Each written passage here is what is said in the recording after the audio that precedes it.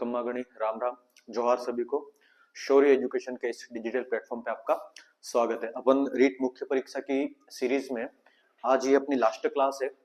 रीट मुख्य परीक्षा की सीरीज की मैराथन क्लास है। इसमें इस क्लास में अपन राजस्थान की अर्थव्यवस्था का जो आपका टॉपिक है उसके बारे में, जो मेन डाटा उनके बारे में, उसके बाद जो आपका कृषि के बारे में आपके टॉपिक दे रखा है, कृषि से रिलेटेड अध्ययन करेंगे। एक आपकी वन संपदा है तो वन की जो India state of forest report है उसके बारे में, और एक आपके टॉपिक दे रखा है प्रमुख अनुसंधान केंद्र। तो इसमें जो जो इंपॉर्टेंट है उसके बारे में अध्ययन करेंगे। अर्थव्यवस्था वाली क्लास थोड़ी सी लंबी होगी, 15-20 मिनट उसके ऊपर अपन टाइम थोड़ा सा देंगे। उसके बाद बाकी जो 3 टॉपिक बचते हैं उस पर 10-10 मिनट का टाइम देंगे और कोशिश करेंगे कि थोड़ा फास्ट इन चीजों को अपन रिवाइज करने की ट्राई करेंगे। ठीक है, स्टार्ट करते हैं। तो मेन में जो डाटा है मैंने वही इंक्लूड किए हैं और ज्यादा एक्सप्लेन करने का यहाँ पे कुछ है नहीं मेरे पास। तो जो मेन डाटा है उनको मैं रिवाइज करवा रहा हूँ, खाली एक्सप्लेन करने जैसा इन टॉपिकों के अंदर कुछ है नहीं, समझाने जैसा कुछ नहीं है। बस आपको जो डाटा है अगर आपने पहले देख रखे तो आप यहाँ से खाली उसको थोड़ा बहुत रिवाइज कर लो, और अगर नहीं दे रखे तो हल्का हल्का इन डाटा को आप याद रखने की कोशिश करना। आप अपन सबसे पहले राजस्थान अर्थव्यवस्था, आपके साफ साफ शब्दों में लिखा है कि राजस्थान अर्थव्यवस्था का टॉपिक आपके सिलेबस में दे रखा है। तो अपन जो इसमें मेन चीजें हैं वही अध्ययन करेंगे। ठीक है, चलो टाइम वेस्ट नहीं करते, अपन स्टार्ट करते हैं। जो जितने भी मेन चीजें हैं उनके बारे में ही अपन स्टडी करेंगे। ठीक है, चलो। जनसंख्या, अभी तक अपनी जनसंख्या कौन सी चल रही है? 2011 की चल रही है। कौन सी जनसंख्या चल रही है अपनी? रिपोर्ट कौन सी चल रही है अभी तक अपनी? 2011 की चल रही है। 2011 की जनसंख्या के अकॉर्डिंग अपनी राजस्थान की जनसंख्या आप सबको याद होगी कितनी है? 6.85 करोड़। और इंडिया की कितनी है? 121.09। कितनी है इंडिया की? 121.09। ठीक है, याद रहेगा आपको डाटा। अब मैं अगला पॉइंट अपना राजस्थान का घनत्व। राजस्थान का घनत्व कितना है? 200। राजस्थान का घनत्व कितना है? 200। और इंडिया का कितना है? 382। इंडिया का कितना है? 382। ठीक है, अब ये शहरी जनसंख्या 24.09। कितनी है शहरी जनसंख्या राजस्थान की? 24.09। अपन राजस्थान वाले पे ज्यादा फोकस करेंगे, इंडिया की कंपेयर में अपन थोड़ा थोड़ा डाटा देख रहे हैं। और इंडिया की कितनी है? 31.2। लेकिन अपने टॉपिक में क्या दे रखा है? राजस्थान की अर्थव्यवस्था। क्या दे रखा है? राजस्थान की अर्थव्यवस्था। इसलिए जो राजस्थान वाला है वो अपने लिए क्या है? ज्यादा इंपॉर्टेंट हो जाता है। लेकिन सिर्फ कंपैरिजन के लिए अपन इंडिया वाले को भी क्या कर रहे हैं? कंपेयर कर रहे हैं। जनसंख्या राजस्थान की कितनी है? 6.85 करोड़। कितनी? 6.85 करोड़, 6.85 करोड़। कब की? 2011 के अकॉर्डिंग। दशक के वृद्धि दर राजस्थान की कितनी है? 21.3%। कितनी है? 21.3%। जनसंख्या घनत्व राजस्थान का कितना है? अपन बोलेंगे जनसंख्या घनत्व राजस्थान का 200 है, इंडिया का 382 है। शहरी जनसंख्या 24.9। कितनी? 24.9%। और अनुसूचित जाति यानी कि एससी कितने हैं राजस्थान में? अपन बोलेंगे एससी 17.8%। एससी की जनसंख्या कितनी? 17.8%। एसटी की कितनी है? एसटी की 13.5%। एसटी की कितनी है? 13.5%। एससी कितनी? SC 17.8, ST 13.5। SC 17.8, ST 13.5। SC 17.8 और एसटी 13.5। ठीक है, चलो आगे बढ़ते हैं। ये दो थोड़े से फैक्ट है, आपको याद होंगे। एससी की जनसंख्या लगभग, एससी का रिजर्वेशन 16%, उसके अप्रोक्सीमेट अपन बोलेंगे एससी की जनसंख्या 16.8। कितनी? 16.8। और एसटी की जनसंख्या कितनी? आपको 13.5। ठीक है, चलो। लिंगानुपात कितना है? लगभग आपने लिंगानुपात वाला आपके स्पेशल टॉपिक भी है। अपन बोलेंगे लिंगानुपात राजस्थान का 928। कितना है राजस्थान का लिंगानुपात? 928। अब बाल लिंगानुपात कितना है? अपन बोलेंगे बाल लिंगानुपात अपना 888। कितना है? 888। राजस्थान का लिंगानुपात 928 है। कितना है? 928 है। इंडिया का कितना है? 943। इंडिया का कितना है? 943। कभी कभी कंपेयर में डाटा पूछ लिया जाता कि क्या कहते हैं, स्टेटमेंट दे दी जाती कि भारत का लिंगानुपात, सॉरी राजस्थान का लिंगानुपात भारत के लिंगानुपात से ज्यादा है ना, ऐसा नहीं है। भारत का लिंगानुपात 943 है और राजस्थान का कितना है? 928 है। कितना है? 928 है। बाल लिंगानुपात कितना है? 828। बाल लिंगानुपात कितना है? 828। ठीक है, अब आती है लिटरेसी रेट। आपके दे रखा है लिंगानुपात साक्षरता आपके जनसंख्या वाले टॉपिक में, इसलिए यहां पर आपको थोड़ा सा रिवाइज हो जाएगा। साक्षरता दर हमारी कितनी है? 66.1। कितनी है? 66.1। कितनी है? 66.1। ठीक है, 66.1। इसमें से साक्षरता दर मेल की और पुरुष की बात करेंगे। साक्षरता दर मेल की और पुरुष की 66.1। कितनी है अपनी साक्षरता दर रेट? 66.1। जिसमें से अपन बोलेंगे मेल और फीमेल की कितनी? मेल और फीमेल की कितनी? अपन बोलेंगे मेल की है 79.2। कितनी? 79.2। 79.2। और फीमेल की कितनी? 52.1। कितनी? 52.1। याद रहेगा ये आपको डाटा। साक्षरता दर, हमारी साक्षरता रेट जो है 66.1% है। कितनी, यानी कि हमारी 2011 की जनसंख्या के अकॉर्डिंग 66.1% जनसंख्या पढ़ी लिखी, जिसमें से मेल कितने अपन बोलेंगे 79.2, कितने 70, 66.1, 66.1, 66.1, 79.2, 79.2, और फीमेल की कितनी 52.1, कितनी 52.1, 52.1। ठीक है, क्या याद रहेगा, 66, कितनी 66, 66 में साक्षरता कितनी 66, मेल की कितनी 72, 72 कितनी 72, सॉरी 79, कितनी 79, 7 मेल की कितनी 79 और फीमेल की कितनी 52.1, कितनी 52.1। ये आपको तीन डाटा याद रखने हैं, ज्यादा इंपॉर्टेंट हो जाता है क्योंकि आपके सिलेबस में दे रखे हैं अलग से टॉपिक में। 66.1% हमारी क्या है साक्षरता रेट, 79.2 किसकी है, मेल की, फीमेल की कितनी 52.1। ठीक है, अब ये इतना ज्यादा इंपॉर्टेंट नहीं होता है। आप एक तो मैटरनल मोर्टेलिटी रेट और शिशु मृत्यु दर याद रखो। शिशु मृत्यु दर कितनी है, प्रति हजार जो बर्थ होते हैं उसमें से प्रति हजार जो 1000 बच्चे जो पैदा होते हैं उसमें से कितने 32 बच्चों की क्या हो जाती है, डेथ हो जाती है, यानी कि इन्फेंट मोर्टेलिटी रेट, यानी कि क्या है अपने पास शिशु मृत्यु दर, शिशु मृत्यु दर, शिशु मृत्यु दर कितनी है 32, शिशु मृत्यु दर कितनी है 32। अब मातृ मृत्यु दर, जब अपनी जो मदर्स होती है या माँ बेटी जो अपने होते हैं वो जब बच्चे पैदा करते हैं उस समय क्या प्रति लाख कितनी है, देखो मैटरनल मोर्टे इन्फेंट मोर्टे शिशु मृत्यु दर क्या प्रति 1000 पे मापी जाती है, कितनी प्रति 1000 पे, और मातृ मृत्यु दर कितनी प्रति लाख पे, कितनी प्रति लाख पे। अपनी मातृ मृत्यु दर कितनी 113, यानी कि 1 लाख जब माताएं अपनी क्या बच्चों को जन्म देती तब 113 की उनकी क्या हो जाती है डेथ, तो अपन क्या बोलेंगे मातृ मृत्यु दर कितनी एमएमआर, कितनी एमएमआर मैटरनल मोर्टेलिटी रेट, मातृ मृत्यु दर कितनी अपनी 113, मातृ मृत्यु दर कितनी 113, और शिशु मृत्यु दर कितनी है 32, शिशु मृत्यु दर कितनी है 32। याद रहेगा ये आपको, ये दोनों भी अपनी इंडिया के कंपैरिजन में क्या है ज्यादा है, इंडिया के कंपैरिजन में क्या है ज्यादा है। ठीक है, फटाफट फटाफट देख लेते हैं। जनसंख्या कितनी राजस्थान की 6.85 करोड़, कितनी 6.85 करोड़, दशक की वृद्धि दर कितनी है 21.3, दशक की वृद्धि दर कितनी 21.3, शहरी जनसंख्या कितनी 24.9, शहरी जनसंख्या कितनी 24.9, लिंगानुपात कितना है 200, लिंगानुपात कितना है सॉरी जनसंख्या घनत्व कितना अपना, जनसंख्या घनत्व है 200, जनसंख्या घनत्व कितना 200, लिंगानुपात की अगर अपन बात करें लिंगानुपात कितना 928, लिंगानुपात कितना 928, बाल लिंगानुपात 888, बाल लिंगानुपात कितना 888। याद रहेंगे आपको। एससी की जनसंख्या कितनी है 17 एससी की जनसंख्या 17.8, कितनी 17.8, और एसटी की कितनी है 13.5, एसटी की कितनी 13.5, एसटी की जनसंख्या राजस्थान में एससी की जनसंख्या से क्या है कम है, क्या है कम है, एसटी कितनी 13.5, एससी कितनी 17.8। ठीक है, लिंगानुपात कितना 928, 928, बाल लिंगानुपात कितना 828, साक्षरता दर हमारी कितनी 66.1, कितनी 66.1, मेल कितने 79 कितने 79.2, कितने 79.2, और फीमेल कितनी 52.1, 52.1। ठीक है, चलो मैटरनल मोर्टेलिटी रेट कितनी एमएमआर कितना 113 प्रति 1 लाख, 113 प्रति 1 लाख, और इन्फेंट मोर्टेलिटी शिशु मृत्यु दर कितनी कितनी है अपने, शिशु मृत्यु दर 32, कितनी है 32। चलो ठीक है, याद रहेंगे ये आपको। चलो आगे बढ़ते हैं अपन।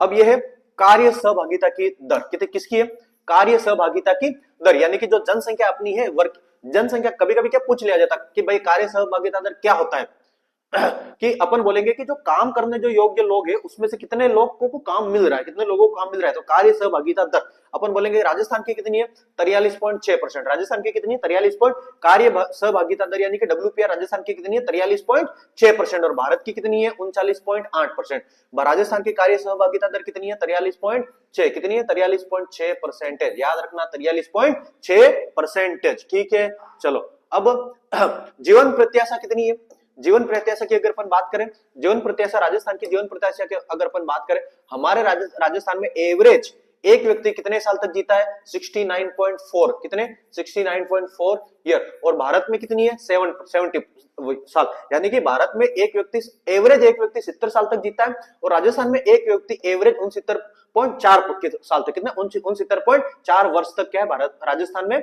69.4 वर्ष तक एक क्या है जीवन प्रत्याशा हमारी कितनी है 69.4, और भारत की कितनी 70, यानी कि भारत की जीवन प्रत्याशा ऑल और भारत की जो जीवन प्रत्याशा दर है वो हमसे क्या है ज्यादा है, भारत की कितनी 70 और हमारी 69.4। अभी अपन ने बोला था जीवन प्रत्याशा हमारी कितनी है, जीवन प्रत्याशा कितनी सॉरी कार्य सहभागिता दर हमारी कितनी है 43.6।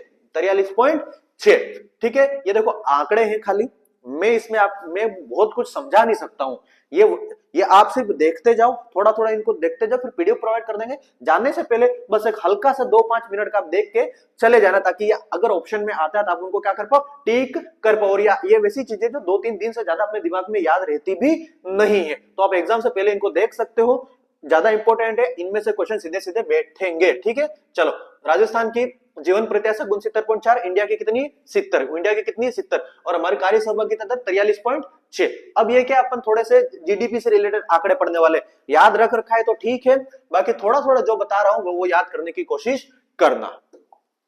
ठीक है, सबसे पहले अपन बोलेंगे जीएसवी क्या है, जीएस। अब ये समझाने का टाइम नहीं कि जीडीपी क्या होती है, जीएसवी क्या होती है, अब यहां सिर्फ आपको आंकड़े याद रखने, क्या रखना है, एक कौन कितना परसेंट, कितना किसका कितना परसेंट, बस वही याद रखना है। ग्रोस स्टेट वैल्यू एडिशन क्या होती है, gross state value addition, GSV है। ठीक है, क्या होता है, टोटल अपनी स्टेट की जो जीडीपी होती है उसमें से अपन उत्पादन टैक्स यानी कि प्रोडक्शन के टाइम पे जो टैक्स लगता है उसको क्या कर देते हैं, घटा देंगे, और जो उत्पादन के समय जो उत्पादन में जो सब्सिडी मिलती है, जैसे कोई कंपनी है, कंपनी क्या करी, प्रोडक्शन करी, तो उसको इलेक्ट्रिसिटी में क्या मिल रही थी, सब्सिडी मिल रही थी, तो उसको अपन क्या करेंगे, उसके अंदर प्लस कर देंगे, क्योंकि वो पैसा अपन ने लगाया है, पैसा अपन ने लगाया। और उत्पादन टैक्स जो एक्स्ट्रा पैसा लगा था वो प्रोडक्शन में इंक्लूड नहीं है, परंतु वो एक्स्ट्रा पैसा टैक्स के रूप में लगा था, तो उसको क्या कर देंगे, माइनस कर देंगे, उससे अपना क्या निकल के आएगा, जीएसवी निकल के आता है। एक यहां पे आप याद रख लेना कि भाई सबसे ज्यादा किसका है, सबसे कम कौन सा है, आपको याद रखना है सिया। क्या याद रखना है, सिया। क्या याद रहेगा आपको, सिया। सिया का मतलब क्या हो गया, सिया का मतलब याद हो गया, सबसे ज्यादा योगदान किसका है, सर्विस सेक्टर का। सबसे ज्यादा किसका योगदान है, सर्विस सेक्टर का। उसके बाद किसका है, इंडस्ट्री का। उसके बाद किसका है, इंडस्ट्री का। उसके बाद किसका है, एग्रीकल्चर का। उसके बाद किसका है, एग्रीकल्चर का। क्या याद रखो, जीएसवी में सबसे ज्यादा योगदान किसका, सिया। किसका, सिया का। किसका योगदान, सिया का। सिया में service, industry, agriculture, service, industry, agriculture. एक क्वेश्चन कभी कभी पूछ लिया जाता है कि भाई अपने अर्थव्यवस्था में रीढ़ की हड्डी किसको कहा जाता है, इन 3 सेक्टर में से अर्थव्यवस्था की रीढ़ की हड्डी किसको कहा जाता है। अपन क्या सोचते हैं, अपन सोचते हैं कि सेवा सबसे ज्यादा है या इंडस्ट्री सबसे ज्यादा है, तो इंडस्ट्री को रीढ़ की हड्डी कहा जाता है, ऐसा नहीं है। कृषि को राजस्थान की अर्थव्यवस्था की रीढ़ की हड्डी कहा जाता है। क्या कहा जाता है, कृषि को राजस्थान की अर्थव्यवस्था की रीढ़ की हड्डी कहा जाता है। चलो, एक तो आपको पता है अपन ये जो डाटा निकालते हैं वो दो, एक तो प्रचलित कीमत पर निकालते और एक स्थिर कीमत। प्रचलित कीमत पर यानी कि उसमें इन्फ्लेशन इंक्लूड होता है, और एक कौन सा अपन, एक स्थिर कीमत पर निकालते हैं जिसमें बेस ईयर फिक्स होता है 2011-12। क्या है, बेस ईयर 2011-12। आंकड़े याद रखने, हल्के हल्के याद रखने, बहुत ज्यादा याद नहीं हो तो कोई दिक्कत नहीं। सबसे कम किसका है, कृषि का 26 से चालू हुआ, किसे चालू, 26 से चालू। उद्योग का 28-27 के आसपास, 28-27 के आसपास, और सेवा 45 के आसपास। हल्का हल्का याद रखना है। चलो, कृषि का स्थिर कीमत पर कितना है, 26.54, कितना है, 26.54%, और प्रचलित कीमत पर कितना है, 26.92, प्रचलित कीमत पर कितना है, 26.92%। उद्योग का कितना है, 28.39, कितना है, 28.39, और प्रचलित कीमत पर कितना है, 27.16, कितना है, 27.16। सेवा सेक्टर का स्थिर कीमत पर कितना है, 45.07, कितना, 45.07, और सेवा का प्रचलित कीमत पर कितना है, 45.92, 45.92। देखो क्या याद रहेगा, 26.54। क्या याद रखना, 26.54, 26.92, 26.54, 26.92, 26.54, 26.92, 45.07, 45.07, 45.92, 45.07, 45.92। हल्का हल्का याद रह जाए तब भी आपके क्वेश्चन क्या हो जाएंगे, सोल्व हो जाएंगे। याद रख लेना इस चीज को। उद्योग कितना, 28.39, 28.39, कितना, 28.39, 27.16, 28.39, 27.16, 28.39, 27.16। ठीक है, याद रहेंगे आपको। फिर से देख लो, कृषि का कितना है, एग्रीकल्चर कितना है, 26.54, कितना, 26.54, तो प्रचलित कीमत पर कितना है, 26.92, कितना, 26.92। ठीक है, ये एग्रीकल्चर का हो गया।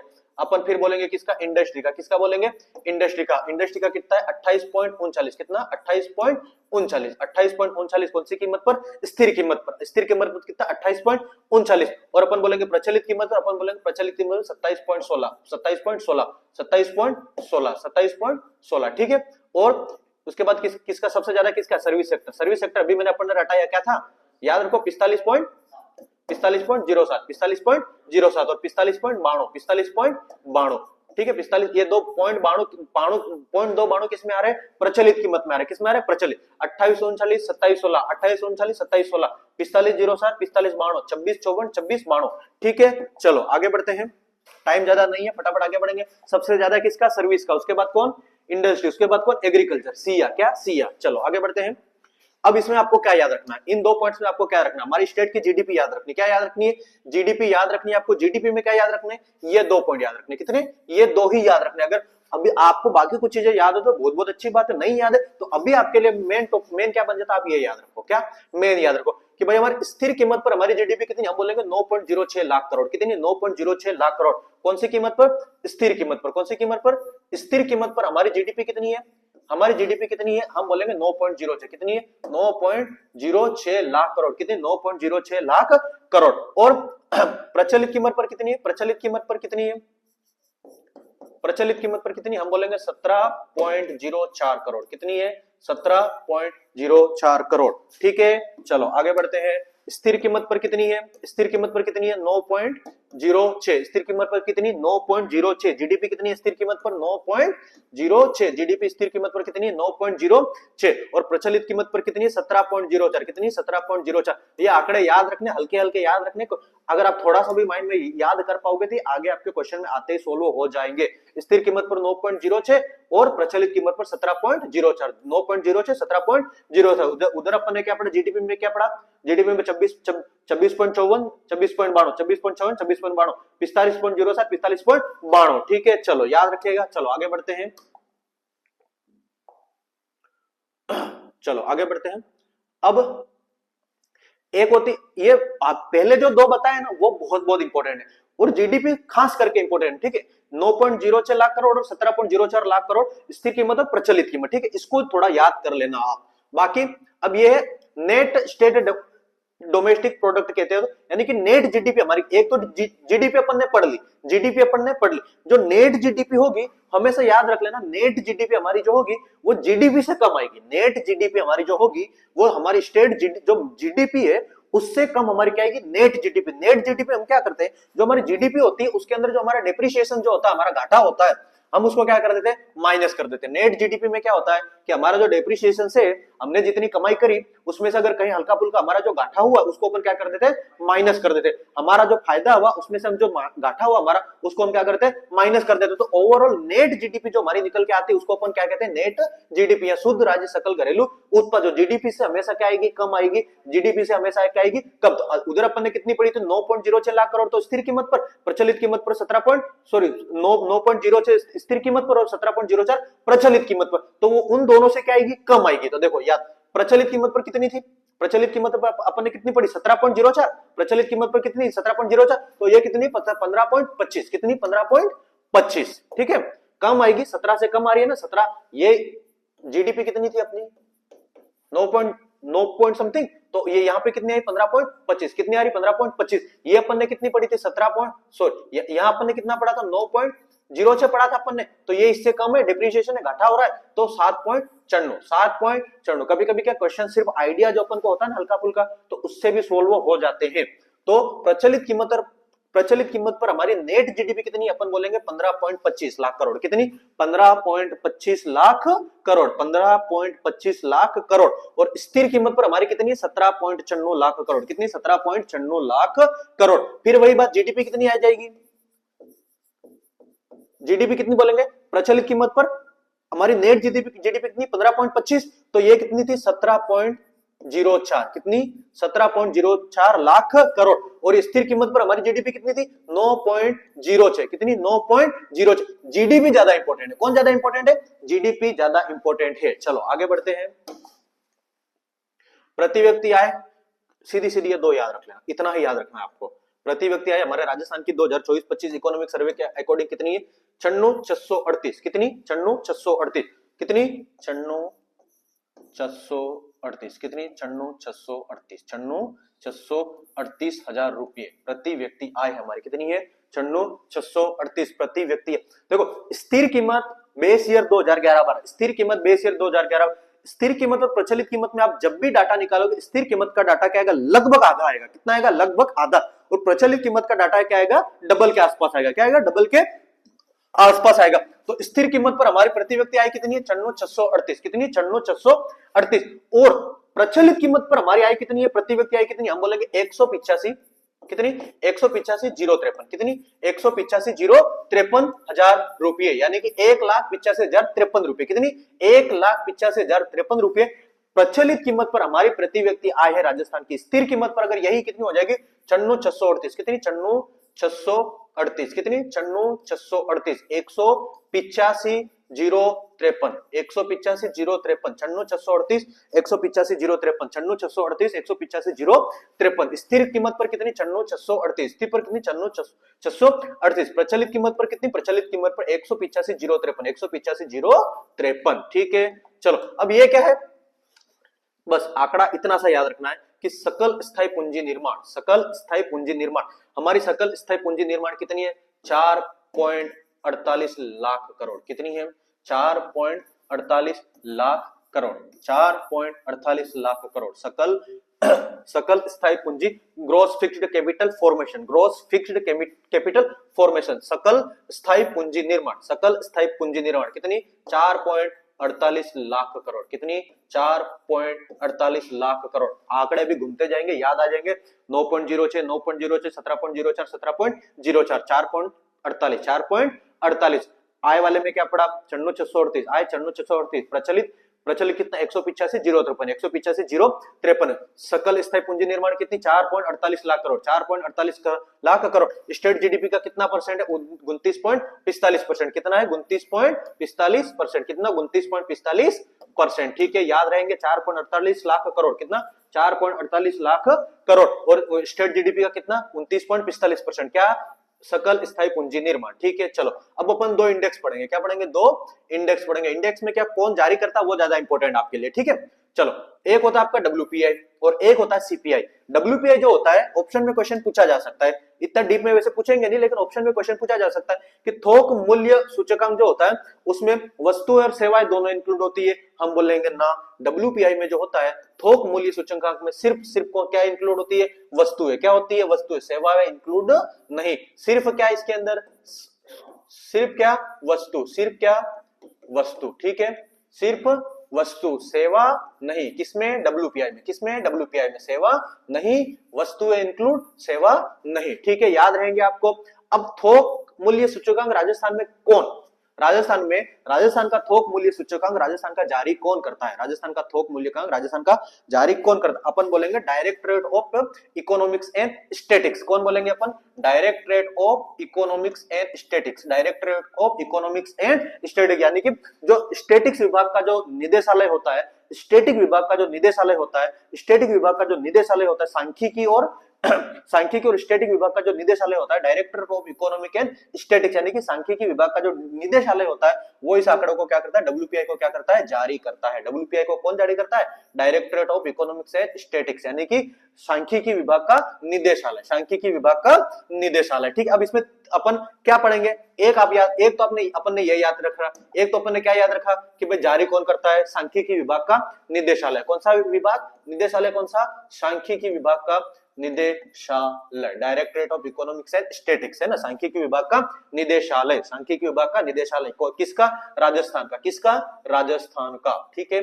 चलो अब क्या है इसका बेस ईयर, क्या है आधार वर्ष, क्या है आधार वर्ष, आपको याद रखना है, इसका आधार वर्ष है अपने 1999 2000, क्या है 1999 2000, 1999 2000 याद रहेगा आपको। WPI wholesale price index, only वस्तुएं, ओनली वस्तुएं, ओनली वस्तुएं, बेस ईयर 1999 2000, 1999 2000, निदेशालय कौन सा, राजस्थान का सांख्यिकी विभाग का निदेशालय, राजस्थान का सांख्यिकी विभाग का निदेशालय, ठीक है। को हर क्या प्रति वर्ष जारी किया जाता है ना, एक साल में एक बार नहीं, 12 महीने में 12 बार, प्रति माह कब जारी किया जाता है, प्रति माह, डब्ल्यूपीआई कब जारी किया जाता है, प्रति माह। अब इस साल के लिए अपन ने कितनी वस्तुओं के लिए जारी किया, 154, कितनी वस्तु के लिए 154, कितनी वस्तु के लिए 154। कभी कभी ये सवाल सीधा पूछ लिया जाता है कि भाई डब्ल्यूपीआई 2000 अपना जो 24-25 इकोनॉमिक सर्विस के अकॉर्डिंग कितना रहा, अपन बोलेंगे 394.68, कितना 394.68, 394.68, कितना 394.68%, कितना 394.68%। क्वेश्चन आता है कि क्या पिछले साल से कमी हुई या वृद्धि हुई, हम बोलेंगे वृद्धि हुई, क्या हुई, वृद्धि हुई, वृद्धि कितनी हुई, हम बोलेंगे 1.75%, कितनी 1.75% की क्या हुई, वृद्धि हुई। याद रहेगा आपको डब्ल्यूपीआई किसके लिए है, WPI सिर्फ और सिर्फ वस्तुओं के लिए, किसके लिए? सिर्फ वस्तुओं के लिए। आधार वर्ष क्या? 1999-2000। आधार वर्ष क्या? 1999-2000। कौन जारी करता है? राजस्थान का सांख्यिकी विभाग का निदेशालय। राजस्थान का सांख्यिकी विभाग का निदेशालय। याद रहेंगे आपको, बेस ईयर 1999-2000।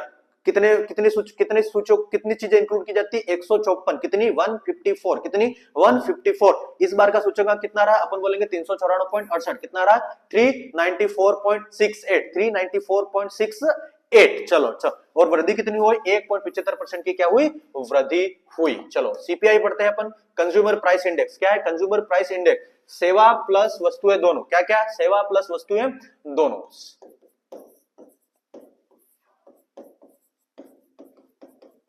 ठीक है, सेवा प्लस WPI सिर्फ किसके लिए था? सेवा के लिए था। इसमें दोनों चीजें इंक्लूड की जाती। क्या है? दोनों चीजें, वस्तुएं एवं सेवाओं को खुदरा मूल्यों में परिवर्तन का मापन किया जाता। अब इसमें 3 प्रकार के आते हैं। कितने प्रकार के आते हैं? 3 प्रकार के आते हैं। कितने प्रकार के आते हैं? 3 प्रकार के आते हैं। सीपीआई 3 प्रकार का आता है। एक तो इंडस्ट्रियल वाला आता है, एक एग्रीकल्चर और एक क्या आता है? सीपीआई रूरल और अर्बन वाला आता है। तो अपन बोलेंगे सीपीआई, एक आएगा आपका एग्रीकल्चर लेबर, एक आएगा आपका इंडस्ट्रियल लेबर, और एक आएगा सीपीआई अर्बन प्लस रूरल, यानी कि शहरी प्लस ग्रामीण। ठीक है, एग्रीकल्चर लेबर श्रमिक वाला। ठीक है, कौन सा? एक आएगा आपका श्रमिक वाला, एक आपका कौन सा आएगा? इंडस्ट्री वाला, और एक आपका आएगा अर्बन प्लस रूरल। इसकी ज्यादा, ये अपने लिए ज्यादा इंपोर्टेंट कौन सा? सीपीआई रूरल प्लस अर्बन वाला अपने लिए। इसको अपन कभी कभी कंबाइंड बोल देते, सीपीआई कंबाइंड भी बोल देते। ठीक है, सीपीआई कंबाइंड भी बोल। CPI rural plus urban. आधार वर्ष क्या है इसका? 2012। क्या है आधार वर्ष इसका? 2012। आधार वर्ष इसका कितना है?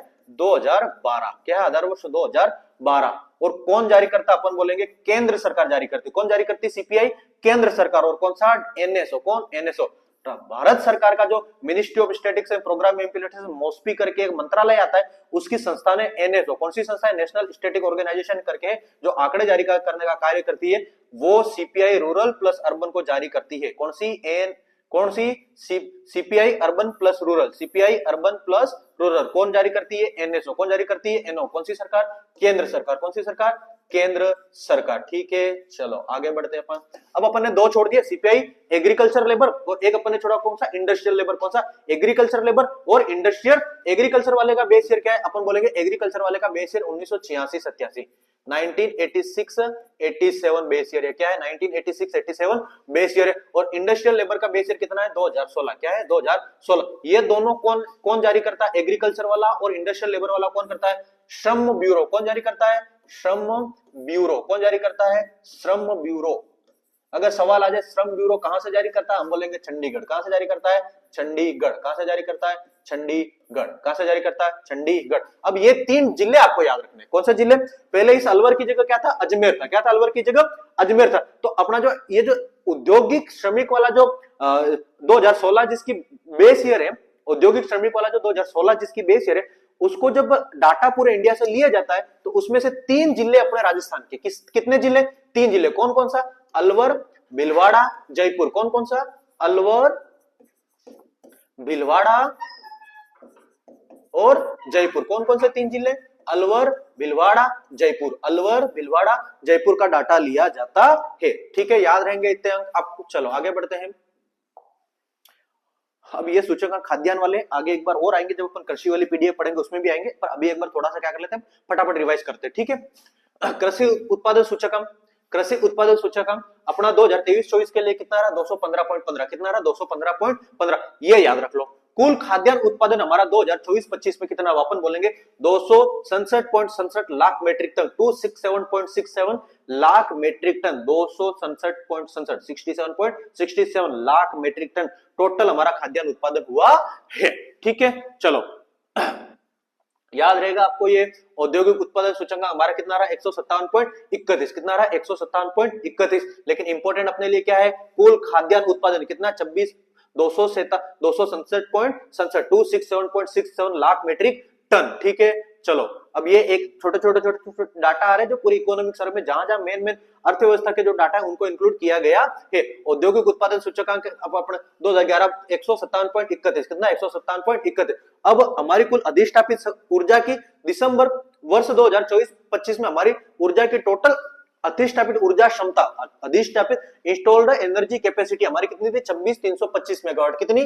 26,300। अब ये रोड के बारे में पढ़ेंगे अपन, बैंकें कितनी उसके बारे में पढ़ेंगे, कितने शहर कितने गांव अपने इलेक्ट्रिसिटी से हो गए, वो एक एक लाइनों के छोटा छोटा थोड़ा सा डाटा बहुत सारा है, समझाने जैसा कुछ नहीं, फिर भी मैं कोशिश करूंगा कि आपको हल्का हल्का याद होता जाए। ठीक है, अधिष्ठापित क्षमता ऊर्जा की हमारी कितनी है? 26,325। कितनी है? 26,325। 26,325। अब हमारे राजस्थान में कुल वाणिज्य बैंक कितने? कुल वाणिज्य बैंक हमारे कितने राजस्थान में?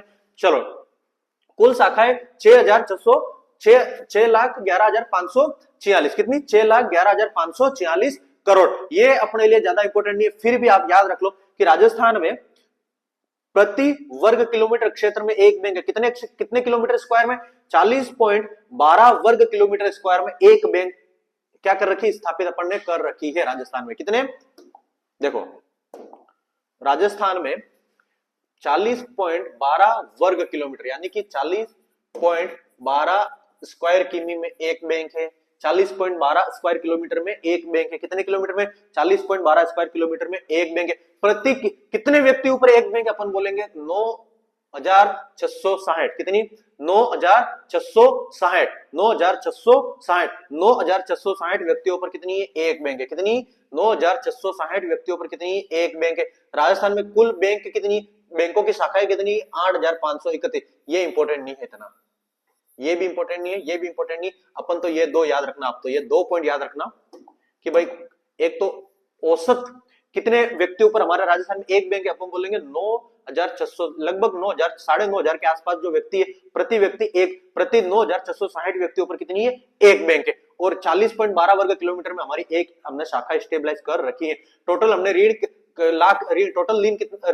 कुल शाख यानी कि कुल क्रेडिट, कुल ऋण अपन ने कितना दे रखा है? 6,11,546। कितना? 6,11,546। 6,11,546। कुल बैंकें हमारी कितनी? अपन बोलेंगे 8,531। कब तक का है डाटा? सितंबर 2024। सितंबर 2024 इकोनॉमिक सर्वे का डाटा। किसका डाटा? ये इको सर्वे में जो ऑफिशियल जो डाटा दे रखा है, जो भाई अपने लिए ऑफिशियल सोर्स कौन होता है? जो गवर्नमेंट प्रोवाइड करेगी वही तो अपना ऑफिशियल सोर्स है। तो इको सर्वे का डाटा किसका सर्वे है? 2024-25 का जो इको सर्वे का डाटा है उसके अकॉर्डिंग सितंबर 2024 तक हमारे यहाँ 8,531 बैंकें थी और 9,660 प्रति व्यक्ति पर हमारे वहां एक बैंक और 40.12 वर्ग किलोमीटर में एक बैंक स्टेबलाइज हमने कर रखी है। अब ये 2024-25 का जो अपन ने बजट था उसको 2047 विजन 247 वाला अपन इसमें इंक्लूड कर रखा है। अपन मेन टारगेट आपको याद रखने, मेन टारगेट याद रखने। एक तो आपको 350 बिलियन के डॉलर अर्थव्यवस्था बनानी है। क्या है? हमने टारगेट क्या लिया है? हमने टारगेट लिया है कि हम क्या करेंगे? हम करेंगे 350 बिलियन डॉलर की अर्थव्यवस्था का निर्माण करेंगे। यह पूछा जा सकता है टारगेट क्या है? 2029 तक। कब तक? 2029 तक। कब तक? 2029 तक अपन कितनी? 350 बिलियन डॉलर की अर्थव्यवस्था का राजस्थान में क्या करेंगे? निर्माण करेंगे। फिर से याद करना, 350 बिलियन डॉलर हम कब टारगेट हमने कहां तक का किया? 2029 का। कहां का टारगेट किया हमने? 2029 का। बजट 2024-25 जो आया वो हमारा किसके ऊपर डिपेंड करता है? सबका साथ सबका विकास, सभी के लिए समावेशी विकास। सबका साथ सबका विकास मोदी जी का नारा है, सबका साथ सबका विकास, सभी के लिए समावेशी development, inclusive development for all, inclusive development for all. ठीक है। दूसरा क्या? 350 बिलियन डॉलर की अर्थव्यवस्था, बुनियादी ढांचे का। अब ये ज्यादा इतने इंपॉर्टेंट नहीं है, आपको याद रखना है 350 बिलियन डॉलर अर्थव्यवस्था का हमने टारगेट रखा है। कब तक? 2029 तक। कब तक? 2029 तक। ठीक है, याद रहेगा आपको।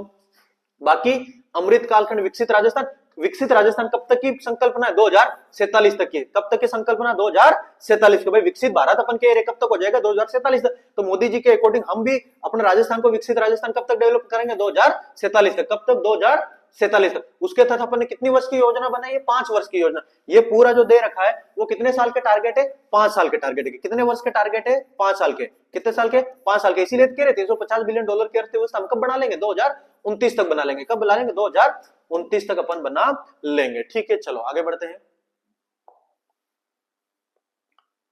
ये 350 बिलियन डॉलर अर्थव्यवस्था कब तक? 2029 तक। बाकी ये आंकड़े आते जाएंगे, आप थोड़ा थोड़ा याद करते जाओ कि राजस्थान में 39,408 गांव। कितने? 39,408 गांव। कितने? 39,408 गांव किससे जुड़ चुके हैं? सड़क से जुड़ चुके हैं। किससे जुड़ चुके हैं? सड़क से जुड़ चुके हैं। हमारा सड़क घनत्व कितना है? हम बोलेंगे 92.66। कितना है? 92.66। इंडिया का कितना है?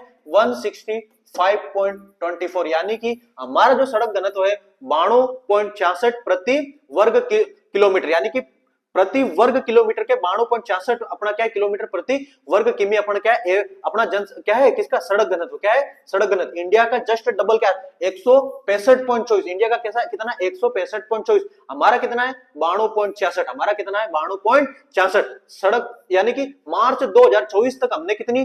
3,17,121 किलोमीटर की राजस्थान में क्या है? सड़कें। 3,17,121 किलोमीटर। कितनी? 3,17,121। कितनी? 3,17,121। कितनी? 3,17,121 किलोमीटर। कितनी? 3,17,121 किलोमीटर 2024 मार्च तक हमारी क्या है? सड़कें बन चुकी थी। अब और डेवलपमेंट और सड़कें बन चुकी होगी, लेकिन अब जब नया इको सर्वे आएगा ना तो उसका डाटा नया हो जाएगा, लेकिन ये अपना पुराना डाटा इन द सेंस यहीं से क्वेश्चन आएंगे, यही ऑफिशियल सोर्स होता है, यहीं से क्वेश्चन आते हैं, जिसमें से सबसे ज्यादा जो अगर पूछ लिया जाए कि सबसे ज्यादा किसकी लंबाई सबसे ज्यादा, अपन बोलेंगे ग्रामीण सड़कें। कितनी? सबसे ज्यादा ग्रामीण सड़कें। टोटल सड़कों की लंबाई कितनी? 3,17,121। कितनी? 3,17,121। घनत्व कितना है? 92.66। कितना घनत्व? 92.66। इंडिया का घनत्व कितना? 165.24। कितना? 165.24। लगभग 39,408 गांव। कितने? लगभग 39,408 गांव सड़कों से जुड़ चुके हैं। ठीक है, ये याद रखना। हमारा राजस्थान में कुल जल ब्लॉक कितने? 302। कितने जल ब्लॉक है? 302, जिसमें से अतिदोहित जिन सबसे ज्यादा जिनका अतिदोहित हो रहा है वो 214 ब्लॉक। कितने? 214 ब्लॉक का क्या हो रहा है? अतिदोहन हो रहा है। टोटल ब्लॉक कितने हमारे वहां भूजल के टोटल ब्लॉक कितने? 302। भूजल के टोटल ब्लॉक कितने? 302। अतिदोहित कितनों का हो रहा है? 214। अतिदोहित कितनों का हो रहा है? 214। 37 ब्लॉक हमारे सुरक्षित है। 37 ब्लॉक हमारे क्या है? सुरक्षित है। और 3 ब्लॉक हमारे लवणीय है। 3 ब्लॉक हमारे क्या है? लवणीय। यानी कि 3 ब्लॉक ऐसे हैं राजस्थान में। कितने? 302 जल ब्लॉकों में से 3 हमारे कैसे हैं? लवणीय। 3 कैसे? लवणीय। 214 कैसे है? अतिदोहित। 214 कैसे? अतिदोहित। 37 कैसे हैं? 37 ब्लॉक हमारे सुरक्षित है। 37 कैसे हैं? सुरक्षित है। और 22 और 23 ब्लॉक और एक कैटेगरी आती है जो क्या है? थोड़े से अति दोहित नहीं है, थोड़े से कम दोहित है, तो वो आपको याद नहीं रखना। मेन आपको याद रखना 302 302 में से 214 अति दोहित, 37 सुरक्षित है। सुरक्षित कितने ब्लॉक है? 37 ब्लॉक हमारे सुरक्षित है। लवणीय कितने? 3 लवणीय। कितने ब्लॉक हमारे लवणीय?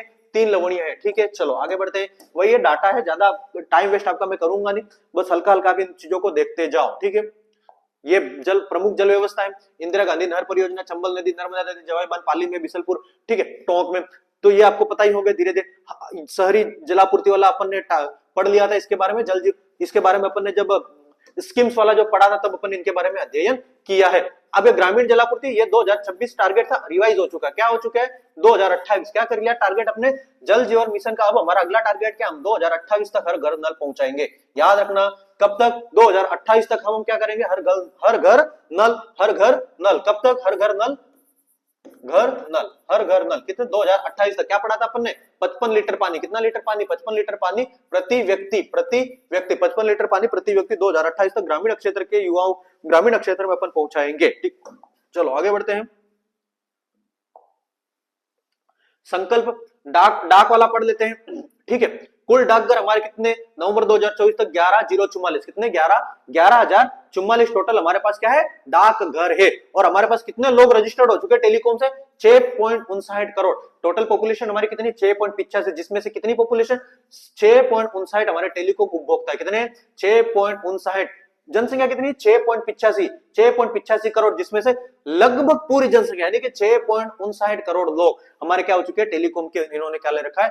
कनेक्शन, ये जो अपन उपभोक्ता बने हुए। ठीक है, याद रहेंगे। बिजली कुल अधिष्ठापित कुल क्षमता हमारी कितनी है? 26,325.19 दिसंबर 2024 तक। दिसंबर 2024 तक 26,325। 26 ये पूछ ले तो ऊर्जा वाला कभी कभार पूछ लिया जाता है, इसलिए याद रख लो इस डाटा को कि 2024 दिसंबर 2024-25 तक हमारी कुल क्षमता कितनी है?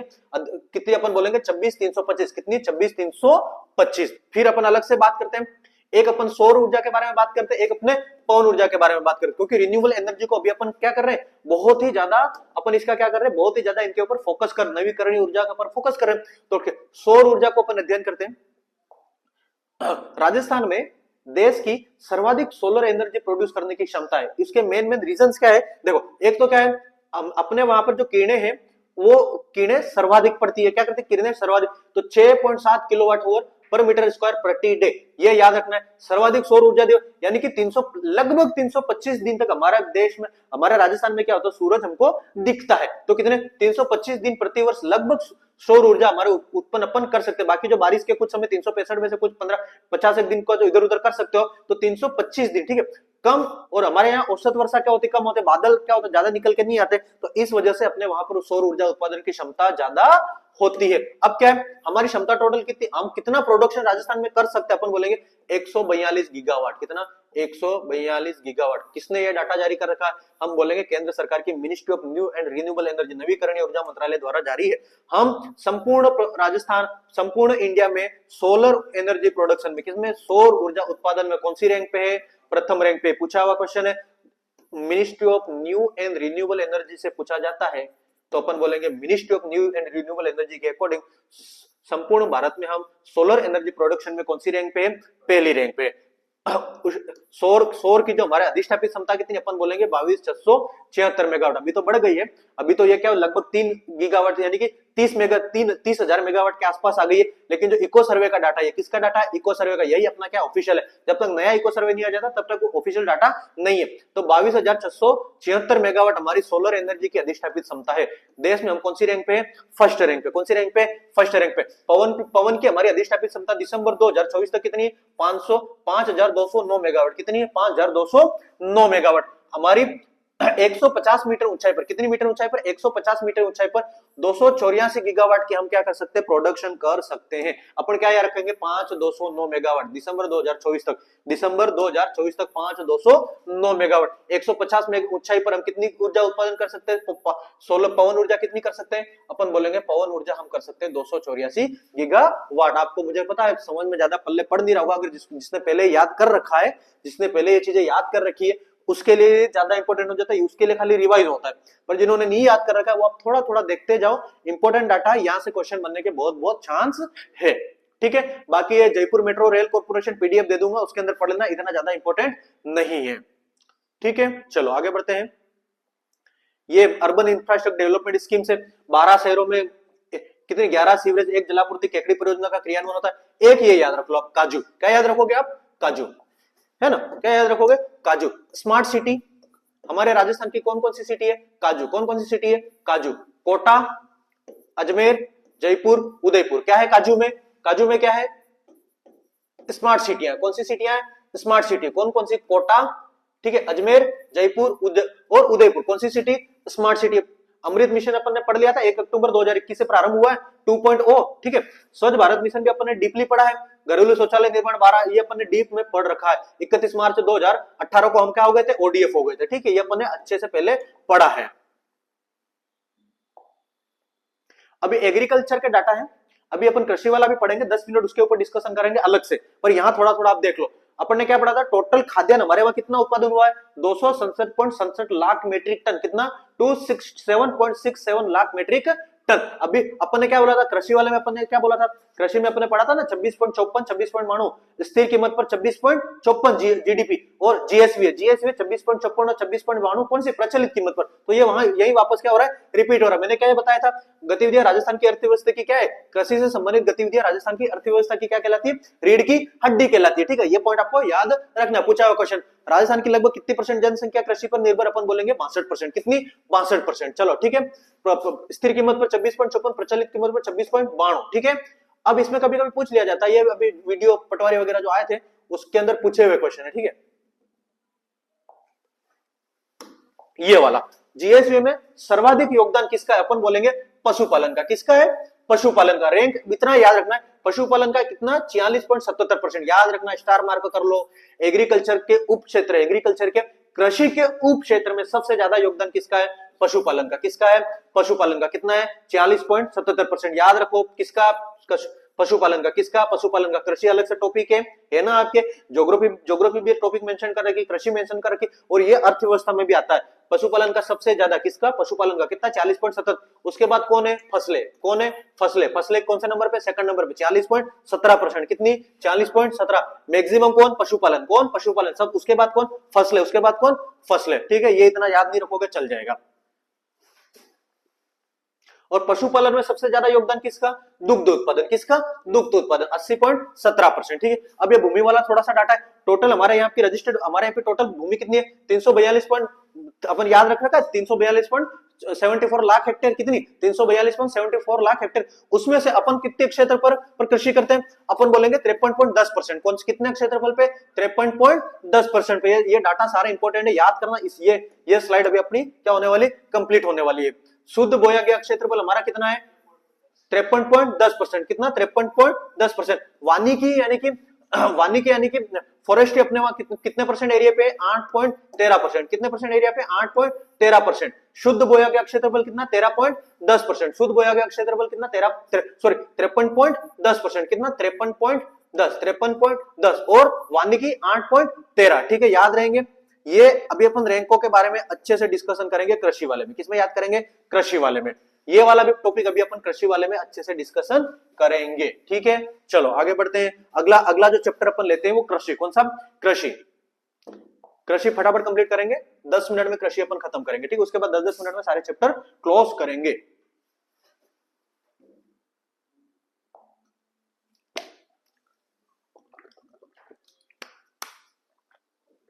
ये थोड़ा सा स्टडी पोर्शन है। ठीक है, एग्रीकल्चर का टाइप क्या है? एग्रीकल्चर के टाइप। एग्रीकल्चर के टाइप में मिश्रित मिक्स एग्रीकल्चर क्या होती है? कृषि आपके स्पेशल टॉपिक मेंशन कर रखा, इसलिए ये स्लाइड इंपोर्टेंट हो जाती है, याद रख लो इस बात को। मिक्स्ड कृषि यानी कि कौन कौन सी? कृषि के साथ साथ अपन क्या कह रहे हैं? कृषि के साथ साथ अपन क्या कह रहे हैं? पशुपालन वगैरह की एक्टिविटी कर रहे हैं, यानी कि अलग अलग प्रकार के एग्रीकल्चर की प्रैक्टिसेस कर रहे हैं। उसको क्या बोलते हैं? क्या बोलते हैं? Mixed agriculture. क्या बोलते हैं? Mixed agriculture. अब ये कभी कभी पूछ लिया जाता है बारानी कृषि क्या होता है? अपन बोलेंगे बारानी कृषि का मतलब वो कृषि जो सिर्फ और सिर्फ वर्षा आधारित हो। किस आधारित हो? सिर्फ और सिर्फ वर्षा आधारित हो, उसे क्या बोलेंगे अपन? बारानी कृषि बोलेंगे। कैसे बोलेंगे? बारानी कृषि बोलेंगे। कितने प्रकार के? दो, शुष्क कृषि और आर्द्र कृषि। कितने प्रकार की? दो, शुष्क कृषि और आर्द्र कृषि। शुष्क कृषि कहां होती है? ड्राई, एकदम ड्राई एग्रीकल्चर, जैसलमेर और बीकानेर। और आर्द्र एग्रीकल्चर कहां पे? बारां, झालावाड़, कोटा। यानी कि बारां, झालावाड़, कोटा साइड सबसे ज्यादा बारिश होती है, तो वहां पर कौन सी होगी? आर्द्र एग्रीकल्चर। बारानी कृषि का मतलब क्या है? वर्षा आधारित। कैसी? वर्षा आधारित। शुष्क कृषि कहां? डेजर्ट वाले में। शुष्क कृषि। अब ये कृषि के प्रकार मिक्स्ड तो क्या है? एक साथ अलग अलग प्रकार के एग्रीकल्चर कर रहा है, यानी कि अपन खेती भी कर रहे हैं, खेती के साथ साथ अपन मुर्गी पालन कर रहे हैं, पशुपालन कर रहे हैं, तो उसको क्या बोलेंगे अपन? मिक्स्ड एग्रीकल्चर, यानी कि मिश्रित कृषि। अब अपन एक साल में एक ही खेत में कितनी फसलें उगा रहे हैं? एक साल में एक खेत में कितनी फसलें उगा रहे हैं, उनके बारे में अध्ययन करते हैं। मोनोकल्चर। क्या कहते हैं? मोनोकल्चर। मोनो यानी क्या होता है? एक। मोनो यानी एक, यानी कि एक खेत में एक साल में एक कृषि। एक खेत में एक साल में एक कृषि, monoculture. Duo culture, Duo Duo Duo, दो। कितनी? डुओ, दो। एक साल में एक खेत में दो कृषि। कितनी?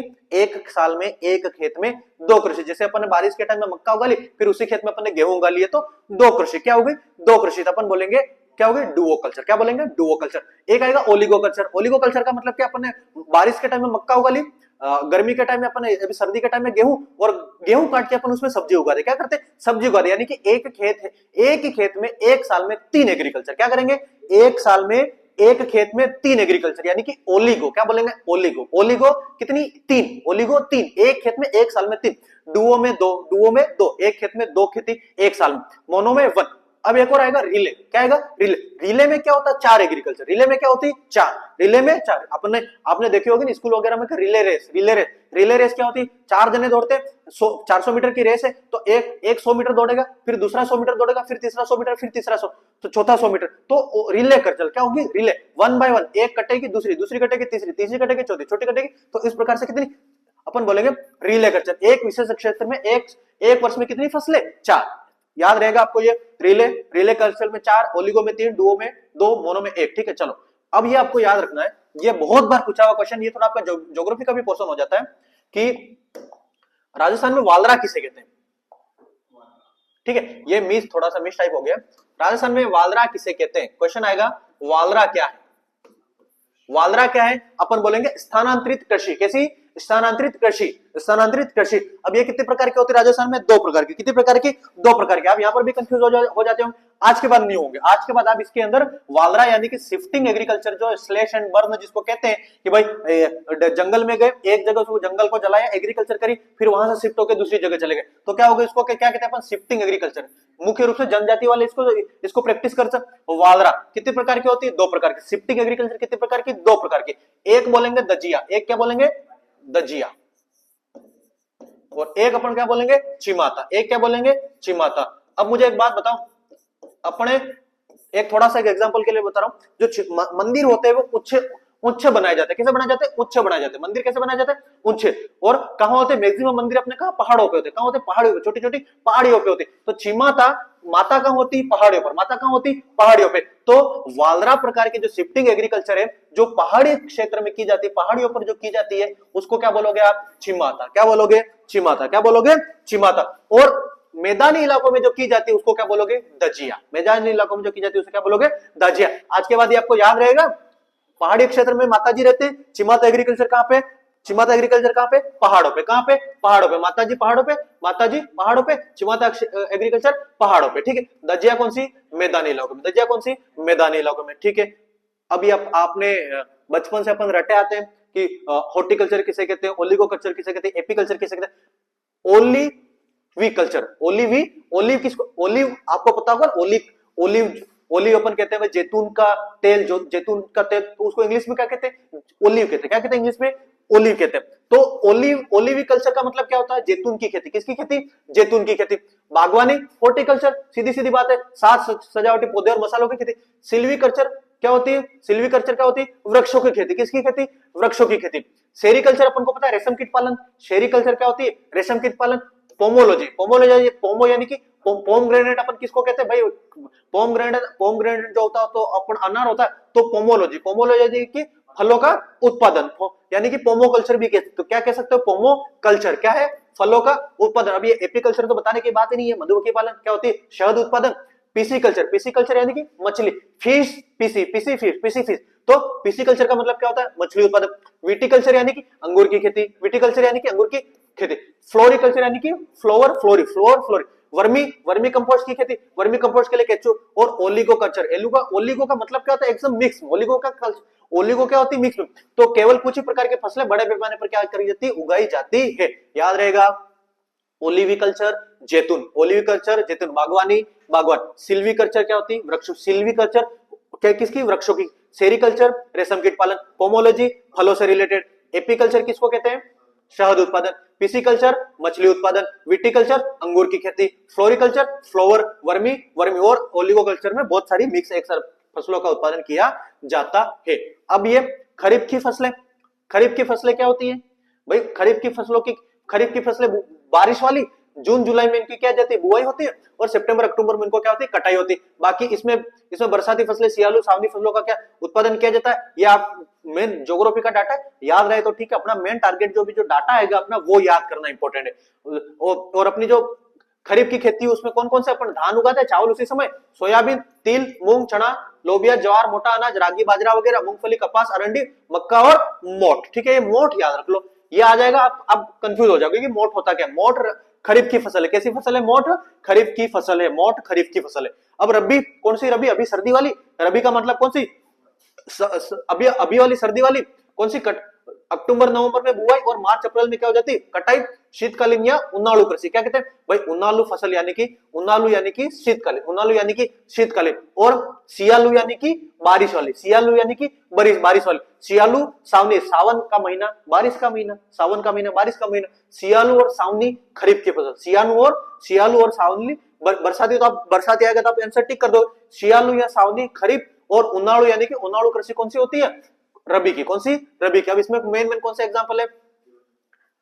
चना, मटर, आलू, मसूर, अलसी अभी जो पैदा हो रही है, इसबगोल, मेथी, इसबगोल, अफीम, ये तारा मीरा, ये सब कौन सी है? रबी की। कौन सी है? रबी की। एक आपको याद रखना, गोल्डन ड्रॉप। कौन सी? गोल्डन ड्रॉप किसके लिए इंपॉर्टेंट होता है? गेहूं के लिए। किसके लिए? गेहूं के लिए। क्या होता है गोल्डन ड्रॉप? अपन बोलते हैं कि पश्चिमी विक्षोभ के कारण मावट या सुनहरी बूंदे, मावट जो अपनी अभी नवंबर दिसंबर के आसपास में जो क्या होती, नवंबर दिसंबर के आसपास में जो बारिश होती, बूंदे होती है, वो क्या होती है? मेडिटेरियन सी से क्या कहती है? मेडिटेरियन सी से अपनी क्या होती है? वायु चलती है, और उसकी वजह से राजस्थान वाले एरिया में क्या होती है?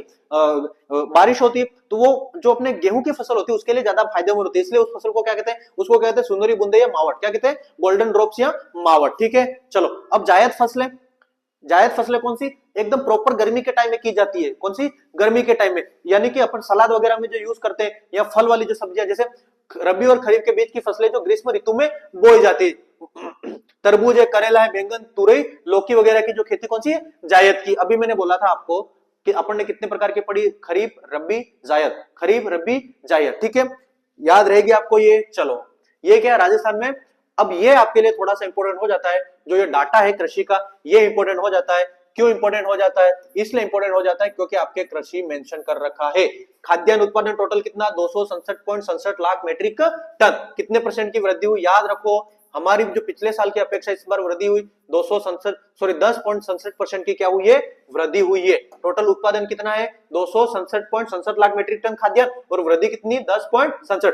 तिलहन में अपने कमी आई है। तिलहन में क्या हुई है? तिलहन उत्पादन में क्या आई है? कमी आई है। उत्पादन कितना है? 96.17 लाख मेट्रिक टन। कितना उत्पादन हुआ? 96.17 लाख मेट्रिक टन। कितना lakh metric tonne? 96.17 lakh metric tonne. लेकिन कमी आई है। कितनी कमी आई है? 4.99। 4.99। इतना याद रखना कि तिलहन में क्या ये कमी आई है। टोटल खाद्यान्न में तो वृद्धि हुई, टोटल खाद्यान्न में वृद्धि, लेकिन तिलहन में क्या हुई है? कमी आई है। टोटल उत्पादन कितना हुआ? 96.7 लाख मेट्रिक टन। कितना? 96.7 लाख मेट्रिक टन। अब ये आप याद रखना, गन्ना की वृद्धि हुई है। गन्ना की सबसे ज्यादा क्या हुई है? वृद्धि हुई है। गन्ना की कितनी लाख मीटर?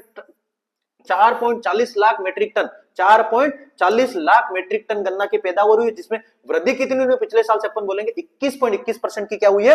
वृद्धि हुई है। 21.21% की क्या हुई? गन्ने में वृद्धि हुई। अब ये फिर वापस कपास में अपने क्या हो गई? कमी हुई। कपास और तिलहन में तो क्या हुई? कमी। कपास और तिलहन में क्या हुई? कमी हुई। कपास में कितनी कमी हुई? 29.61%। कितनी गिरावट? 29.61%। कितनी लाख गांठें टोटल पैदा हुई? 18.45 लाख गांठें टोटल पैदा हुई है, जिसमें से अपने 29.61% क्या हुई? गिरावट आई है।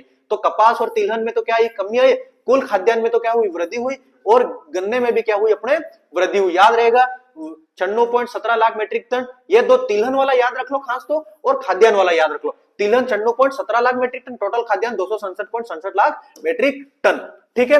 अब ये खरीफ में अपन बोल रहे हैं 267 पॉइंट, ये जो अपन डाटा याद कर रहे हैं, इसमें से खरीफ की फसल कितनी आई है? अपन बोलेंगे 103.71 लाख मेट्रिक टन। कितनी? 103.71 लाख मेट्रिक टन। कितनी? 103.71 लाख मेट्रिक टन। और रबी वाली कितनी? ये कौन सी है? खरीफ वाली। और रबी वाली कौन सी है? रबी वाली कौन सी है? रबी वाली बोलेंगे 163.96। 163.96। कोई अगर आपसे पूछ लिए कि राजस्थान में खरीफ की फसल का उत्पादन ज्यादा होते हैं रबी की फसल का, तो यानी कि बारिश के समय ज्यादा पैदा होते हैं, जो जो अपन बारिश के बिना समय जो कृषि उत्पन्न करते हैं वो ज्यादा, तो अपन बोलेंगे कि जो रबी वाली फसल है, कौन सी?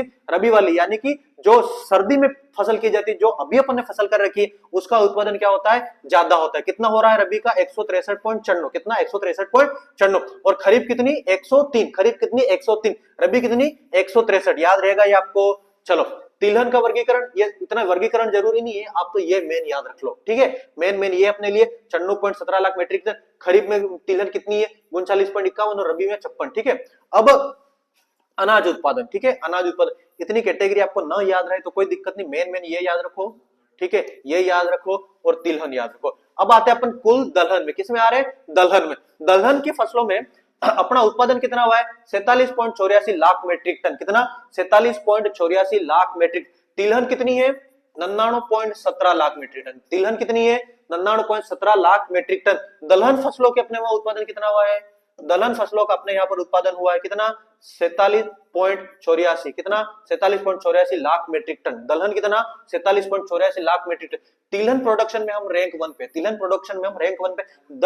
दलहन में हम कहां पे रैंक है? इंडिया में 3rd रैंक पे। इंडिया में राजस्थान दलहन का प्रोडक्शन 3rd रैंक पे। और तिलहन में हम कौन से? इको सर्वे का जो डाटा है उसके अकॉर्डिंग बात कर रहा हूं, इको सर्वे के डाटा के अकॉर्डिंग बात कर रहा हूं, इस लाइन को याद रख लेना। तिलहन में हम 1st रैंक पे है, और दलहन में हम कहां पे? 3rd रैंक पे। हमने दलहन टोटल कितनी उत्पादन करी राजस्थान में 2024-25 में? 47.84 लाख मेट्रिक टन। कितनी? 47.84 लाख मेट्रिक टन, ठीक है। फटाफट रिवाइज करेंगे। 267.67 लाख मेट्रिक टन टोटल खाद्यान्न उत्पादन। वृद्धि हुई, कमी हुई, वृद्धि। तिलहन कितना? 96.17 लाख मेट्रिक टन। गन्ना कितना हुआ? 4.40 लाख मेट्रिक टन, 21.21% की वृद्धि। कपास में हमारे क्या आई? कमी आई। कपास में हमारे क्या आई? कमी आई। गन्ने में हमारे क्या आई? वृद्धि। खाद्यान्न वर्गीकरण, तिलहन क्या कहते हैं? रबी और खरीफ। रबी और खरीफ, खरीफ में 103, रबी में 163, 103, 163। दलहन कितनी? 47.84, ठीक है। चलो आगे बढ़ते हैं। अब ये इंपॉर्टेंट है, थोड़ा सा रैंक्स इंपॉर्टेंट है। फिर बता रहा हूं मैं, डाटा इको सर्वे के अकॉर्डिंग है। किसके अकॉर्डिंग है? इको सर्वे के अकॉर्डिंग है। ठीक है, देखो ये 4 फसलें, कौन कौन सी 4 फसलें? राई एवं सरसों, बाजरा, मैंने बोला भी कुल तिलहन, पोषक अनाज और गवार। किस किस में? ये याद रखो कि राई राई और सरसों, बाजरा, कुल तिलहन, पोषक अनाज, गवार। हमारी राजस्थान की रैंक क्या है? फर्स्ट। राजस्थान की रैंक क्या है? फर्स्ट। मूंगफली में हम कौन से रैंक पे है?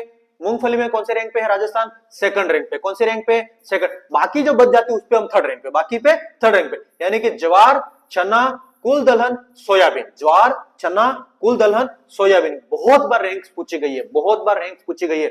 हम मूंगफली में सेकंड रैंक पे। मूंगफली में कौन सी रैंक पे? प्रोडक्शन में सेकंड रैंक पे है। ज्वार, चना, कुल दलहन, सोयाबीन। ज्वार, चना, कुल दलहन, सोयाबीन। ज्वार, चना, कुल दलहन, सोयाबीन। ज्वार, चना, कुल दलहन, सोयाबीन में थर्ड रैंक पे। मूंगफली में सेकंड रैंक पे। राई, सरसों, क्या कहते हैं? राई, सरसों, बाजरा, कुल तिलहन, पोषक अनाज और ग्वार में हम कौन सी रैंक पे है? फर्स्ट रैंक पे। ये आपको याद रखना है, पूछे जाते हैं सवाल। ये जो मेन बता रहा हूं, मेन आंकड़े इंपॉर्टेंट है। कृषि मेंशन कर रखी है, रैंक्स इंपॉर्टेंट हो जाती है। ठीक है, चलो या आगे बढ़ते हैं। अब ये सेंटर ऑफ एक्सीलेंस है। एक तो आपके अनुसंधान केंद्र भी दे रखे हैं सिलेबस में, और एक ही आपके कृषि दे रखी, तो कृषि में सेंटर ऑफ एक्सीलेंस है। अब आप नए तो आप याद कर नहीं सकते हो, लेकिन इनको हल्का हल्का रिवाइज करो। खट्टे फलों का सेंटर ऑफ एक्सीलेंस कहाँ है? नानता, कोटा। ठीक है, नानता, बारा और कोटा। ठीक है, सिट्रस फलों का कहाँ का? नानता और कोटा। नानता और कोटा। अनार का कहाँ पे? बस्सी, जयपुर। अनार का कहाँ है? बस्सी, जयपुर। पाम यानी कि खजूर का कहाँ है? सागर भोज का जैसलमेर और देवड़ावास टोक। सागर भोज का जैसलमेर और देवड़ावास टोक। अमरूद का कहाँ है? झालावाड़। अमरूद का कहाँ है? झालावाड़। ऑरेंज का कहाँ है? खेमरी, ऑरेंज का कहाँ है? खेमरी और धौलपुर है। ऑरेंज का कहाँ है? खेमरी, धौलपुर। मैंगो का कहाँ है? बूंदी। मैंगो का कहाँ है? बूंदी। वेजिटेबल का कहाँ है? Sawai Madhopur. Centre of excellence की बात कर रहे हैं। सब्जियों का सेंटर ऑफ एक्सीलेंस कहाँ है? सवाई माधोपुर में। मैंगो का कहाँ है? बूंदी पे। ऑरेंज का कहाँ है? धौलपुर। गवा यानी कि अमरूद का कहाँ है? झालावाड़। पाम यानी कि खजूर का 2 जगह, एक तो सागर भोज का जैसलमेर और देवड़ावास टोक। अनार का कहाँ है? बस्सी, जयपुर। और खट्टे फलों का नानता, कोटा। ठीक है, चलो आगे बढ़ते हैं। सीताफल का कहाँ पे? चित्तौड़ में। सीताफल का कहाँ पे?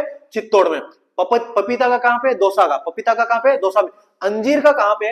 अंजीर का सिरोही में। अंजीर का कहाँ है? सिरोही में। अपना मक्का बांसुड़ा में। मक्का का बोरवट, बांसुड़ा। मक्का कहाँ है? बांसुड़ा। ओलिव जैतून, ओलिविकल्चर कहाँ है? बस्सी, जयपुर। कहाँ है? बस्सी, जयपुर।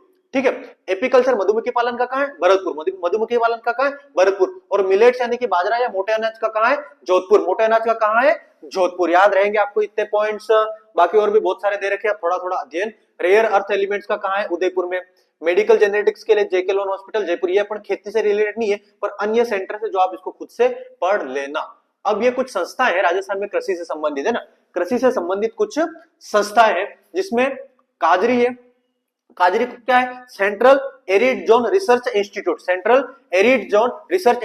काजरी और आफरी जब भी आ जाता है, काजरी और आफरी जब भी आ जाता है, अपना आंसर क्या होगा? जोधपुर। अपना आंसर क्या होगा? जोधपुर। काजरी central arid zone research institute कहां पर है? जोधपुर में। कहां पर है? जोधपुर में। और शुष्क वन अनुसंधान केंद्र है आफरी कहां पर है? जोधपुर में। आफरी कहां पर है? जोधपुर में। चलो याद रहेंगे ये आपको। ठीक है, बाकी अभी सेंटर कहां पर है वो ज्यादा इंपॉर्टेंट है। बाकी इसके अंदर जो डिटेल दे रखी है वो ज्योग्राफी के पॉइंट ऑफ व्यू से इंपॉर्टेंट है। अभी अर्थव्यवस्था की अगर मैं बात कर रहा हूं तो ये आफरी 1988 जोधपुर। आफरी 1988 जोधपुर। काजरी कहां पे? काजरी 1952 जोधपुर। काजरी 1952 जोधपुर। फिर इसको आईसीआर की तर्ज पर कब 1959 में क्या हुआ? वापस डेवलप किया। वापस डेवलप किया हुआ 1959 में। वापस डेवलप किया हुआ 1959। किस किस की सहायता से? ऑस्ट्रेलिया और यूनेस्को। ऑस्ट्रेलिया और यूनेस्को। जोधपुर मेन सेंटर है। बाकी उसके और इसके सब सेंटर कहां कहां पे?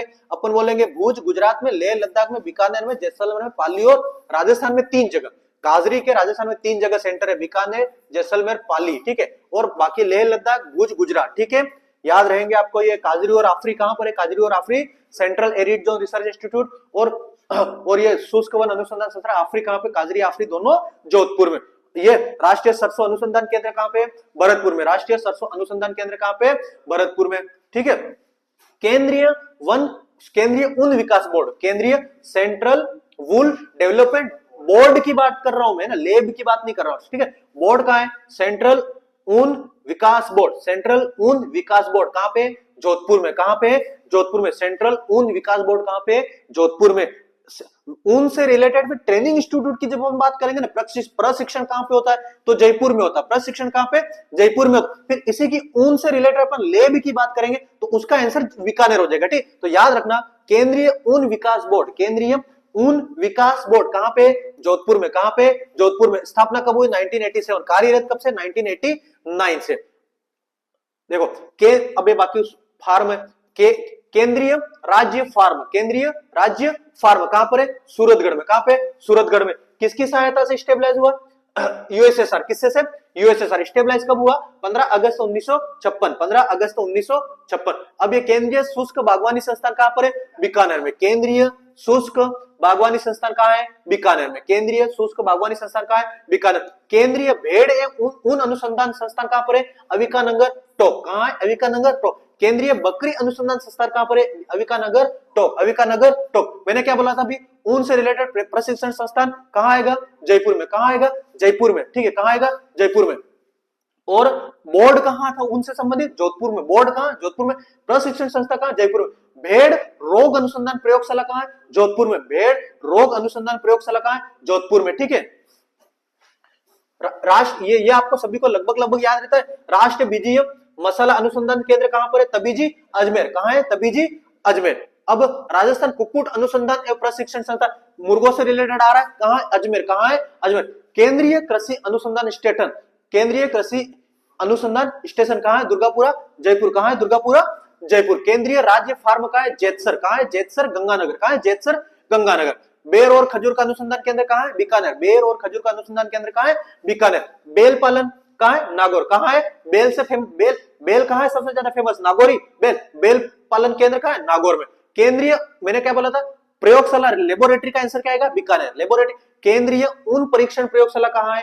बीकानेर में। ऊन से रिलेटेड बोर्ड कहां है? जोधपुर में। ऊन से रिलेटेड बोर्ड कहां है? जोधपुर में। प्रयोगशाला कहां है? बीकानेर में। प्रयोगशाला कहां है? बीकानेर में। ट्रेनिंग इंस्टीट्यूट कहां है? ऊन से रिलेटेड प्रशिक्षण संस्थान कहां है? जयपुर में। बोर्ड जोधपुर में, प्रयोगशाला बीकानेर में और प्रशिक्षण संस्थान कहां है? प्रशिक्षण संस्थान जयपुर में। ठीक है। केंद्रीय भेड़ प्रजनन फार्म मेरिनो नस्ल का कहां है? फतेहपुरा सीकर। ठीक है, याद रहेगा। राष्ट्रीय उष्ट अनुसंधान केंद्र कहां है? जोड़बीर बीकानेर। यानी कि कैमल रिसर्च इंस्टीट्यूट का है, नेशनल कैमल रिसर्च इंस्टीट्यूट का है जोड़बीर बीकानेर। देखो कृषि इंपॉर्टेंट है, अनुसंधान केंद्र भी आपके टॉपिक में दे रखे हैं। मैं अब यहाँ पे कोई रट्टा मार के याद तो करवा नहीं सकता हूं। अगर आपने पढ़ रखा है तो रिवाइज हो जाता है और नहीं पढ़ रखा है तो हल्का हल्का देखते जाओ। ठीक है। कपास अनुसंधान स्टेशन कहां है? पे कपास की सबसे ज्यादा पैदावार भी कहां होती है? श्री गंगानगर तरफ होती है। तो कपास अनुसंधान स्टेशन कहां है? श्री गंगानगर। केंद्रीय पशुधन प्रजनन फार्म कहां है? सूरतगढ़ गंगानगर। चारा बीज उत्पादन फार्म कहां है? मोहनगढ़। बाजरा को देखो ये दो याद रख लो, बाजरा याद कर लो। बाजरा कहां है? बाड़मेर। बाजरा कहां है? बाड़मेर में। ज्वार अनुसंधान कहां है? वल्लभनगर उदयपुर। वल्लभनगर उदयपुर। चावल और मक्का याद करो क्योंकि बांसुड़ा तो हो ही नहीं सकता, दिमाग में ऐसा फंसा हुआ रहता लोगों के। तो मक्का और चावल का जो अनुसंधान केंद्र जो है, मक्का और चावल का जो अनुसंधान केंद्र है वो कहां है? बांसुड़ा में। कहां है? बांसुड़ा। माही कंचन माही धवल याद है आपको? माही कंचन माही धवल। माही कंचन माही धवल किसकी है? चावल की किस्म किसकी है? सॉरी मक्का की। किसकी है? मक्का की। मक्का की कौन? माही। माही याद आ जाएगा क्या? माही। माही कहां है? बांसुड़ा में। माही कहां है? बांसुड़ा में। तो माही धवल और माही कंचन। माही धवल और माही कंचन।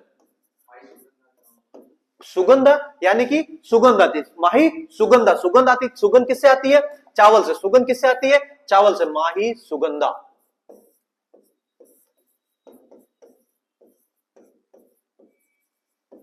माही सुगंधा किसकी किस्म है? चावल की। किसकी किस्म है? चावल की। कहां? चावल अनुसंधान केंद्र बांसुड़ा। और माही धवल, माही धवल और माही कंचन ये किसकी है? मक्का की। किसकी है वैरायटी? मक्का की। ठीक है, मक्का की वैरायटी क्या है? माही धवल माही कंचन, और चावल में से क्या आती है, सुगंध आती है, तो माही सुगंधा। याद रहेगा दोनों के कहां पर है, बांसवाड़ा में। ज्वार का कहां पर है, उदयपुर में। ज्वार का कहां पर है, उदयपुर में। बाजरा का कहां है, बाड़मेर में। बाजरा का कहां है, बाड़मेर में। ठीक है, अब ये माणिकलाल वर्मा आदिम जाति शोध संस्थान, जब मैं कल पढ़ा रहा था आपको, उस समय मैंने ये बताया था कहां पर है, उदयपुर में। कहां पर है, उदयपुर में। ठीक है, याद रहेगा आपको ये माणिक्यलाल वर्मा आदिम जाति शोध संस्थान कहां पर है, उदयपुर में। राष्ट्रीय मृदा सर्वेक्षण भूमि उपयोग नियोजन ब्यूरो कहां है, उदयपुर में। कहां है, उदयपुर में। याद रहेगा आपको भैंस प्रजनन केंद्र कहां है, वल्लभनगर, उदयपुर में। कहां है, वल्लभनगर, उदयपुर में। भारत मौसम विज्ञान विभाग वेधशाला कहां पर है, भारत मौसम विज्ञान वेधशाला कहां है, जयपुर में। कहां है, जयपुर में। भैंसों से संबंधित प्रजनन केंद्र कहां है, उदयपुर में। कहां है, उदयपुर में। कहां पे, वल्लभनगर में। मृदा प्रशिक्षण कहां है, उदयपुर में। कहां है, उदयपुर में। माणिकलाल वर्मा कहां है, उदयपुर में। ठीक है, चलो आगे बढ़ते हैं। ये प्रमुख कृषि संस्थान है, ठीक है, मेन इंपोर्टेंट कृषि संस्थान है। राष्ट्रीय आयुर्वेदिक इंस्टीट्यूट जयपुर में। कहां पे, कहां पर है, जयपुर में। ये थोड़ा थोड़ा आपको इसबगोल अनुसंधान कहां है, मंडोर, जोधपुर। कहां है, मंडोर, जोधपुर। सिंचाई प्रबंधन और प्रशिक्षण संस्थान का, ये इंपोर्टेंट है, ये इंपोर्टेंट है आपके लिए। ये सिंचाई प्रबंधन और प्रशिक्षण संस्थान कहां है, कोटा में। कहां है, कोटा में। याद रहेगा आपको, चलो फटाफट बता देता हूं।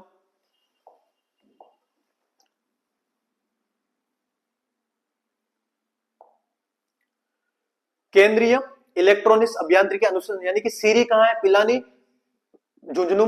सुअर फार्म कहां है, अलवर में। बकरी और चारा अनुसंधान केंद्र कहां है, रामसर, अजमेर। इसबगोल का कहां है, मंडोर, जोधपुर।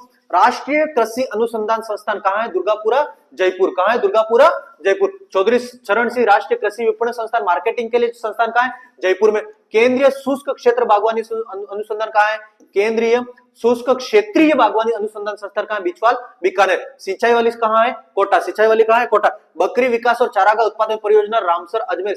किसकी सहायता से, स्विट्जरलैंड। किसकी सहायता से, स्विट्जरलैंड। ठीक है,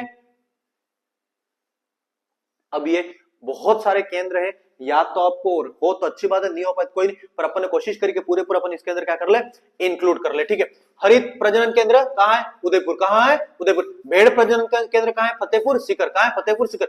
भैंस प्रजनन केंद्र डग, झालावाड़, कुम्हेर और वल्लभनगर, उदयपुर। अभी अपन ने पढ़ा था वल्लभनगर, उदयपुर। अश्व प्रजनन केंद्र कहां है, केरू, जोधपुर। अश्व प्रजनन केंद्र और अनुसंधान केंद्र कहां है, क्या कहां है, केरू, जोधपुर। कहां है, केरू, जोधपुर। ठीक है, वन्यजीव प्रबंधन और मरुस्थलीय परिस्थिति के तंत्र प्रशिक्षण संस्थान का है, ताल चापर चूरू। कहां है, ताल चापर चूरू।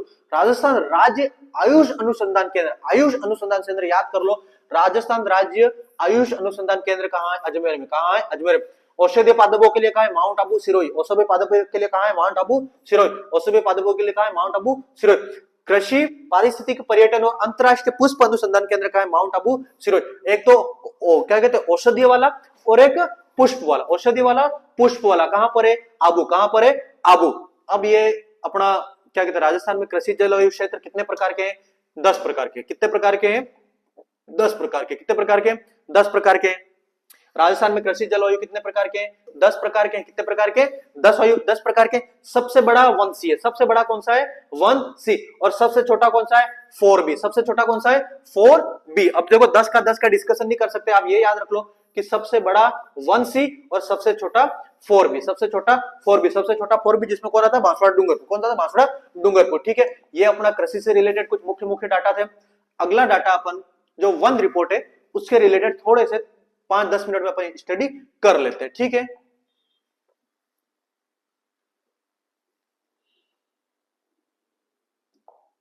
देखो अपन जो वन रिपोर्ट पढ़ने वाले हैं वो Indian state of forest report है। कौन सी है, Indian state of forest report. कौन सी है, Indian state of forest report. कब कब की है, 2023 की है। कब की है, 2023 की। Indian state of forest report. भारतीय वन स्थिति रिपोर्ट कौन जारी करता है, भारतीय वन स्थिति रिपोर्ट जारी करता है अपने जो Indian institute of forest research institute है देहरादून में, वो जारी करता है। कहां से जारी होता है, देहरादून से जारी होता है। जारी होना प्रारंभ कब, कौन से ईयर से हुआ, 1987 से। कब से ये रिपोर्ट जारी की जाती है, 1987 से जारी की जाती है।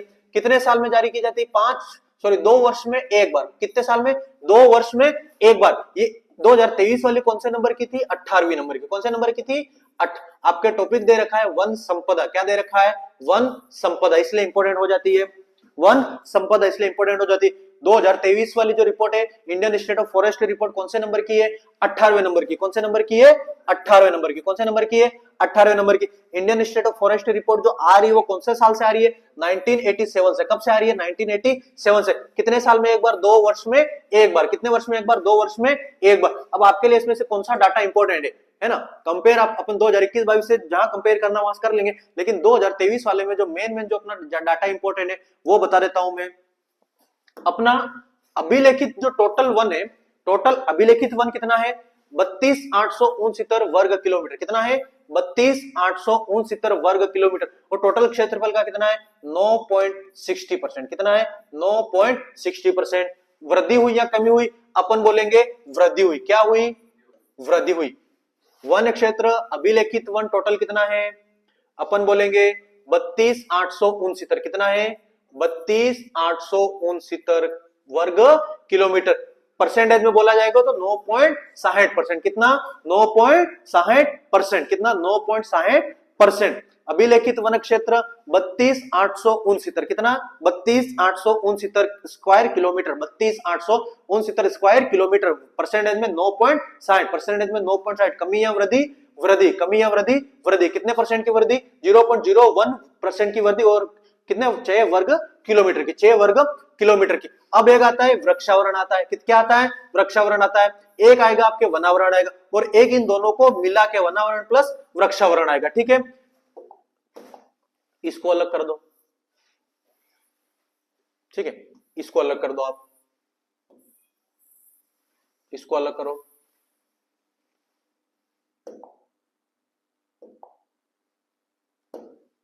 और इन दोनों को अलग करो, वृक्षावरण और वनावरण को अलग करो। ठीक है, वृक्षावरण और वनावरण को अलग करो। भाई अभिलेखित वन कितना है? 32,869। अभिलेखित वन कितना है? 32,869 किलोमीटर। और परसेंटेज में कितना है? 9.60। परसेंटेज में कितना है? 9.60।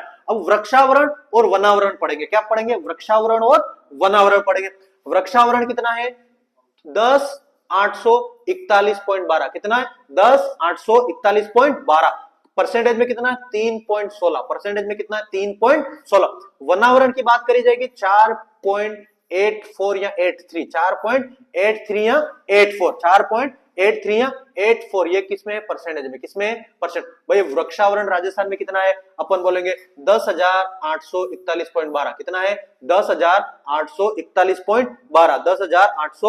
10,841.12। कितना है? 10,841.12। कितना है? 10,841.12। क्या है? वृक्षावरण। क्या है? वृक्षावरण। परसेंटेज में कितना है? 3.16। कितना परसेंटेज में? 3.16। वनावरण परसेंटेज में कितना? 4.83। कितना है? 4.83। दोनों मिला के लगभग कितना हो जाएगा? 8 हो जाएगा। कितना परसेंट हो जाएगा? लगभग 8% हो जाएगा। तो वनावरण प्लस वृक्षावरण, वनावरण प्लस वृक्षावरण कितना है? 3.16। वृक्षावरण कितना? 3.16। वनावरण कितना है? 4.83%। कितना है राजस्थान का? 4.83। दोनों मिलकर कितना है? 8%। कितना? दोनों मिलकर 8%। सिर्फ और सिर्फ वृक्षावरण कितना है? 3.16। कितना है? 3.16। 10,841। 10,841। 10,841। वनावरण कितना है? 16,548। कितना? 16,548। कितना? 16,548। 16,548। परसेंटेज में 4.83। 4.83। दोनों मिलाकर कितना हो जाएगा? 27,389। कितना हो जाएगा? 27,389। कौन कौन सा? एक तो वृक्षावरण और एक वनावरण। क्या क्या? वृक्षावरण और वनावरण मिला के कितना? 27,389। 27,389। 27,389। वनावरण कितना परसेंट? 3.16। कितना? 3.16। वनावरण कितना? 4.83। 4.83। दोनों मिला के कितना? 8। दोनों मिला के कितना? 8%। दोनों मिला के कितना? 8%। वनावरण लगभग 10,841। कितना? 10,841। वृक्षावरण लगभग 16,548। 16,548। दोनों का योग होकर कितना आ रहा है? 27,389। कितना आ रहा है? 27,389। अब इसमें ये याद रखना कि अपने टोटल ये इन दोनों में कितनी वृद्धि हुई ये याद नहीं रहे तो कोई दिक्कत नहीं। वनावरण प्लस वृक्षावरण में अपने वृद्धि कितनी हुई?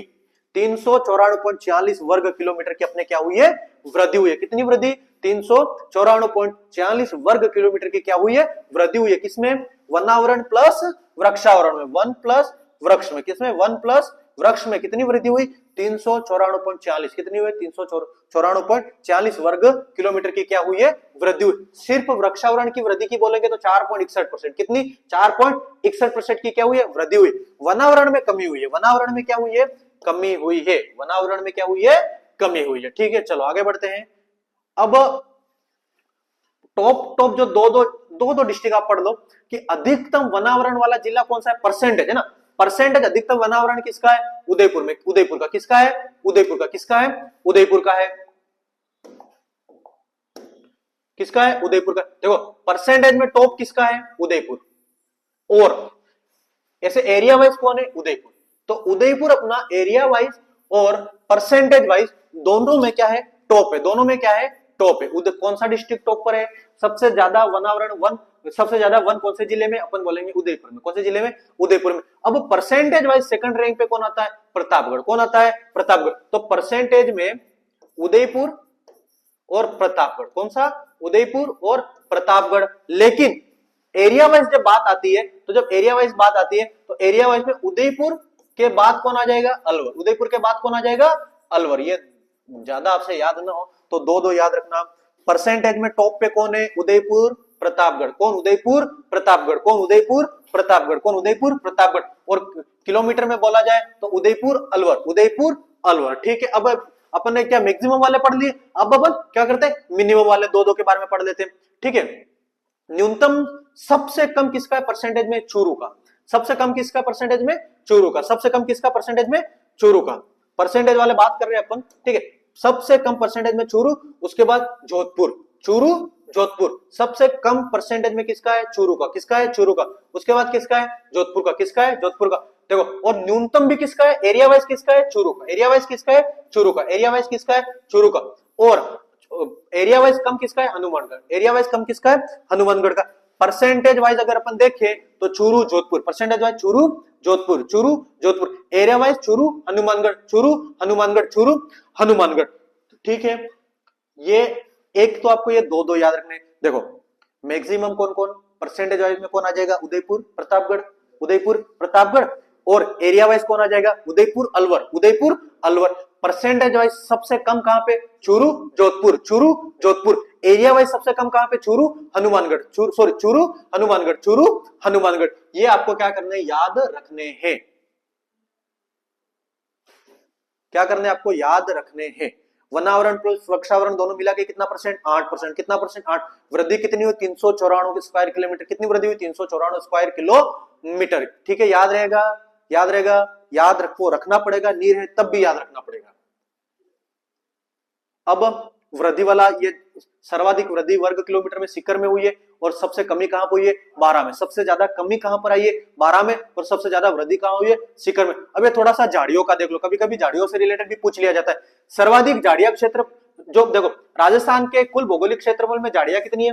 कितनी है? 5476.75 वर्ग किलोमीटर झाड़ियां हैं, जो क्षेत्रफल की कितनी हो जाती है? 1.60%। कितनी? 1.60%। सर्वाधिक झाड़ियां कहां पर है? सर्वाधिक झाड़ियां पाली में। सर्वाधिक झाड़ियां कहां है? पाली में। और उसके बाद अगले नंबर पे कौन होता है? अलवर। उसके बाद कौन अगले नंबर पे? अलवर। झाड़ियां सबसे ज्यादा पाली में और अलवर में। पाली में और अलवर। न्यूनतम कहां है? हनुमानगढ़ गंगानगर। हनुमानगढ़ और गंगानगर में क्या होती है? सबसे ज्यादा एग्रीकल्चर होती है। तो झाड़ियां सबसे कम कहां है? झाड़ियां क्षेत्रफल वाइज हनुमानगढ़ और गंगानगर में। हनुमानगढ़ और गंगानगर। सबसे ज्यादा झाड़ियां कहां है? पाली अलवर। पाली अलवर। ये आपकी वन स्थिति रिपोर्ट है, इंडिया स्टेट ऑफ फॉरेस्ट वाली रिपोर्ट है। क्या है इसके मेन डाटा? देखो मेन डाटा इसके क्या है, एक बार फटाफट रट्टा मारो। वन क्षेत्र कितना है? परसेंटेज में वन क्षेत्र कितना है? वन क्षेत्र कौन सा? अभिलेखित वन। कितना? कौन सा? अभिलेखित वन। कितना परसेंट? 9.60। 9.60 किलोमीटर में 32,869। कितना? 32,869। वृक्षावरण कितना है? 3.16। वृक्षावरण कितना? 3.16। वनावरण कितना है? 4.84 या 4.83। वृक्षावरण वनावरण मिलकर कितना? 8। कितना? 8%। याद रहेगा। वृक्षावरण 10,841। कितना? 10,841। वनावरण कितना? 16,548। 16,548। दोनों मिला के 27,389। कितना? 27,389। ये चीज अलग है और ये अभिलेखित वन अलग है। ठीक है, 32,869 किलोमीटर अभिलेखित वन है, 9.60%। फिर आपसे पूछा जाएगा वृक्षावरण 3.16%, 10,841। वनावरण 4.83, 16,548। 48, वृक्षावरण प्लस वनावरण दोनों मिला के कितना परसेंट, 8%, भौगोलिक क्षेत्र का 8%, 27,389, वृक्षावरण और वनावरण में वृद्धि कितनी हुई, याद रखो 394.46, ठीक है। अब अधिकतम परसेंटेज वाइज अधिकतम जिले कौन कौन से, अभी तो बताया मैंने, उदयपुर और प्रतापगढ़, और एरिया वाइज कौन हो जाएगा, उदयपुर के बाद कौन आ जाएगा, अलवर, उदयपुर के बाद कौन आ जाएगा, अलवर। अब मिनिमम अपन बोल देते हैं, मिनिमम परसेंटेज में कौन आएगा, चूरू, परसेंटेज और दोनों में कौन है, चूरू, चूरू के बाद जोधपुर, और एरिया वाइज चूरू के बाद हनुमानगढ़, ठीक है। और सबसे ज्यादा वृद्धि कौन सा डिस्ट्रिक्ट में हुई, सीकर में, कौन सा डिस्ट्रिक्ट में, सीकर में। सबसे ज्यादा कमी किसमें आई, बारां में, सबसे ज्यादा कमी किसमें आई, बारां में। सबसे ज्यादा झाड़ियां कहां पर है, पाली में, कहां है सबसे ज्यादा झाड़ियां, पाली, पाली के बाद किसमें ज्यादा है, अलवर में, पाली के बाद किसमें ज्यादा है, अलवर में। और न्यूनतम झाड़ी कौन से, हनुमानगढ़ और गंगानगर। अब ये आपके क्या था, वन रिपोर्ट थी, क्या थी, वन रिपोर्ट। कौन सी वन रिपोर्ट थी, India state of forest report की, इंडिया लेवल की है, India state of forest report 1987 से रिलीज होती है, 18वें नंबर की रिपोर्ट है। कौन से नंबर की है, 18वें नंबर की रिपोर्ट। अगर question India state of forest report से आता है तब ये करना है। उसके बाद मैंने राजस्थान की जो वन रिपोर्ट है वो भी यहाँ पे नीचे दे दिए, पीडीएफ सेंड कर दूंगा, आप पढ़ लेना। जो भारत का जो राजस्थान वाला जो वन विभाग जो जारी करता है वो मैंने दे रखी है नीचे, वो आप पढ़ लेना। अभी मैं बताऊंगा आप क्या हो जाओगे, कंफ्यूज हो जाओगे। मैंने जो India state of forest report आपको याद कराई वो आप क्या हो जाओगे, कंफ्यूज हो जाओगे। इसलिए आप खुद से कौन सी ये राजस्थान की जो वन रिपोर्ट है वो आप पढ़ लेना, ठीक है। अब लास्ट अपन जो पढ़ने वाले हैं आपके अनुसंधान कक्ष पढ़ने वाले, अनुसंधान सेंटर पढ़ने वाले, जो रिसर्च जो आपके सेंटर से वो अपन पढ़ने वाले हैं। मैं सिर्फ रीडिंग लगाऊंगा, पीडीएफ सेंड करूंगा, आपको देख लेना है। टाइम ज्यादा हो रहा है, टाइम अपने पास बहुत कम है क्योंकि कल तो आपकी एग्जाम है, ठीक है, ठीक है।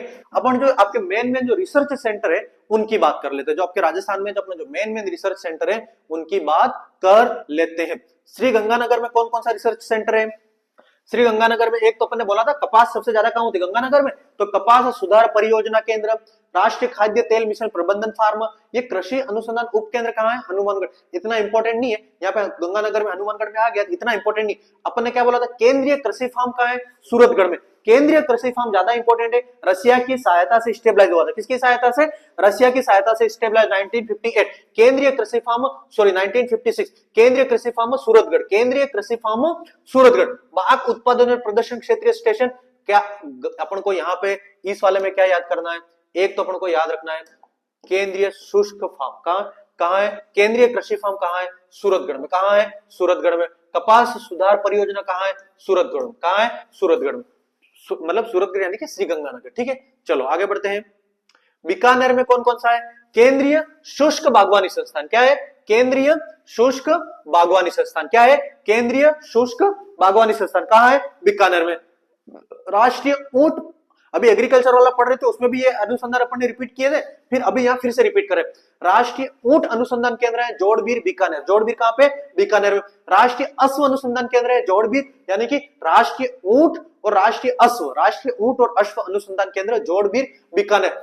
डेप्थ वाला आपने पढ़ा था, बेर वाला, बेर अनुसंधान केंद्र कहां है, बीकानेर में। बेर और खजूर दोनों का कहां है, बीकानेर में। डेप्थ और खजूर, बेर और बीकानेर का कहां पे, बीकानेर में। कहां है, बेर खजूर बीकानेर, बेर खजूर बीकानेर। ऊंट और अश्व कहां है, जोड़बीर बीकानेर। केंद्रीय शुष्क बागवानी संस्थान बीकानेर। ये सेरेमिक विद्युत अनुसंधान एवं विकास केंद्र कहां है, भेल का स्टेबलाइज किया हुआ है, कहां पर है, बीकानेर में। कहां पे, बीकानेर में। अखिल भारतीय शुष्क क्षेत्रीय फल समन्वित अनुसंधान केंद्र कहां है, बीचवाल में, कहां है, बीचवाल में। अखिल भारतीय शुष्क क्षेत्रीय फल समन्वित अनुसंधान परियोजना कहां है, बीकानेर में, ठीक है, बीचवाल, बीकानेर। अब सिरोही में अपन ने अभी थोड़ी देर पहले एक तो अपन ने क्या पढ़ा था, एक तो फ्लोर वाला संस्थान पढ़ा था और एक आयुष वाला पढ़ा था। सिरोही में, माउंट आबू में आयुष वाला और फ्लोर वाला। बाकी यहाँ देखो कृषि वानिकी पर्यटन एवं अनुसंधान, ये पुष्प आ गया ना, पुष्प वाला अपन ने कहां पढ़ा था, कहां पढ़ा था, सिरोही में। कहां पढ़ा था, सिरोही। अखिल भारतीय खजूर शोध केंद्र कहां है, माउंट आबू। अखिल भारतीय खजूर शोध संस्थान कहां पर है, माउंट आबू में। कहां पर है, माउंट। अब ये जैसलमेर का बीच में आ गया बाजरा बीज उत्पादन फार्म, क्या है, बाजरा, भाई बाजरा से रिलेटेड अनुसंधान केंद्र तो बाड़मेर में। कहां पर है, बाड़मेर में। मक्का और चावल कहां है, बांसवाड़ा में। मक्का चावल कहां है, बांसवाड़ा। जैसलमेर में क्या है, बाजरा बीज उत्पादन फार्म, क्या है, बाजरा बीज उत्पादन फार्म। एक खजूर, अखिल भारतीय खजूर शोध केंद्र कहां है, माउंट आबू में। बीकानेर में क्या पढ़ा था अपन ने, देखो बेर अनुसंधान केंद्र, खजूर अनुसंधान केंद्र, ये स्टेट लेवल का, क्या है, स्टेट लेवल। लेकिन अखिल भारतीय खजूर शोध केंद्र क्या है, अखिल भारतीय खजूर शोध केंद्र कहां है, माउंट आबू। और बीकानेर में क्या है, सिर्फ खजूर शोध केंद्र, खजूर अनुसंधान केंद्र। क्या है, खजूर अनुसंधान केंद्र। ठीक है, कंफ्यूज मत होना, दोनों अलग अलग है। ठीक है, दोनों अलग अलग है। अब बाड़मेर में क्या है, भारतीय रेल अनुसंधान एवं प्रशिक्षण केंद्र। क्या है, भारतीय रेल अनुसंधान एवं प्रशिक्षण केंद्र कहाँ है, बाड़मेर में। जोधपुर में क्या है, अपन ने बोला था ऊन विकास बोर्ड कहाँ है, जोधपुर में। ऊन विकास बोर्ड कहाँ है, जोधपुर में।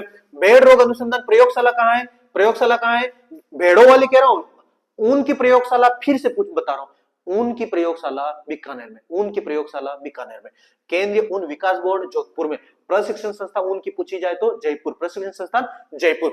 भेड़ रोग अनुसंधान प्रयोगशाला जोधपुर, भेड़ रोग अनुसंधान प्रयोगशाला जोधपुर। ये अपन ने बोला था अभी, काजरी और आफरी, काजरी और आफरी कहां, जोधपुर में। शुष्क वन अनुसंधान संस्थान काजरी और शुष्क क्षेत्र अनुसंधान संस्थान आफरी। राज्य सुदूर संवेदन अनुप्रयोग केंद्र, राज्य सुदूर संवेदन अनुप्रयोग केंद्र कहां पर, ये इंपॉर्टेंट है। जो 5वें नंबर का जो मैं बता रहा हूं, राज्य सुदूर संवेदन अनुप्रयोग केंद्र जो है, ये अपने लिए इंपॉर्टेंट होता है। कहां पर है, जोधपुर में। कहां पर है, जोधपुर में। अखिल भारतीय कोऑर्डिनेट समन्वय बाजरा सुधार परियोजना कहां, जोधपुर में, ये याद कर लो।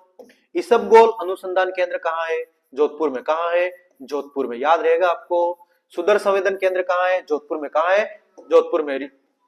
रिमोट सेंसिंग सेट जो है कहां है, जोधपुर में। चलो जोधपुर को कंटिन्यू करते हैं। राष्ट्रीय पादप आनुवंशिक संस्थान, राष्ट्रीय पादप आनुवंशिक संसाधन ब्यूरो कहां का प्रादेशिक केंद्र कहां है, जोधपुर में। मरुस्थलीय औषधि अनुसंधान केंद्र कहां है, यह राष्ट्रीय अस्थायी रोग कार्यान्वयन अनुसंधान केंद्र कहां है, जोधपुर में। मरुस्थलीय आयुर्विज्ञान अनुसंधान संस्था कहां है, जोधपुर में। कहां है, आयुर्विज्ञान अनुसंधान संस्थान कहां है, जोधपुर में। एक अपन ने अभी पढ़ा था एनआईए, एक अपन ने क्या पढ़ा था, एनआईए आयुर्वेदिक वाला जो कॉलेज है वो कहां पर है, जयपुर में। कहां पर है, कॉलेज में। डिफेंस लेबोरेटरी कहां है, जोधपुर में। डिफेंस लेबोरेटरी कहां है, जोधपुर में। भारतीय हथकरघा प्रौद्योगिकी संस्थान, वेरी वेरी इंपॉर्टेंट, भारतीय हथकरघा प्रौद्योगिकी संस्थान का है, चौपासनी, जोधपुर। राजस्थान शोध संस्थान बोरुंदा, जोधपुर। राजस्थान प्राच्य विद्या संस्थान, हिस्ट्री का मैटर है, राजस्थान प्राच्य विद्या संस्थान कहां है, जोधपुर में। ठीक है, राजस्थानी शोध संस्थान कहां है, राजस्थानी भाषा, राजस्थानी शोध संस्थान कहां है, चौपासनी, जोधपुर। अब ये जयपुर के थोड़े और ज्यादा होंगे। क्या है, राष्ट्रीय आयुर्वेद, देखो मरुस्थलीय आयुर्वेद संस्थान तो जोधपुर में, नेशनल यानी कि नेशनल आयुर्वेद संस्थान का, इंडियन आयुर्वेद संस्थान है मरुस्थलीय तो जोधपुर में, और राष्ट्रीय वाला बोला जाए तो जयपुर में। कहा, जयपुर में। अभी ये बोला था अपने, राष्ट्रीय कृषि अनुसंधान संस्थान कहां है, दुर्गापुरा, जयपुर। कहां है, दुर्गापुरा, जयपुर। चौधरी चरण सिंह वाला विपणन संस्थान कहां है, जयपुर में। कहां है, जयपुर में। विपणन संस्थान अपन ने पढ़ी थोड़ी देर पहले, जयपुर में। कहां है, मार्केटिंग से रिलेटेड कहां है, जयपुर में।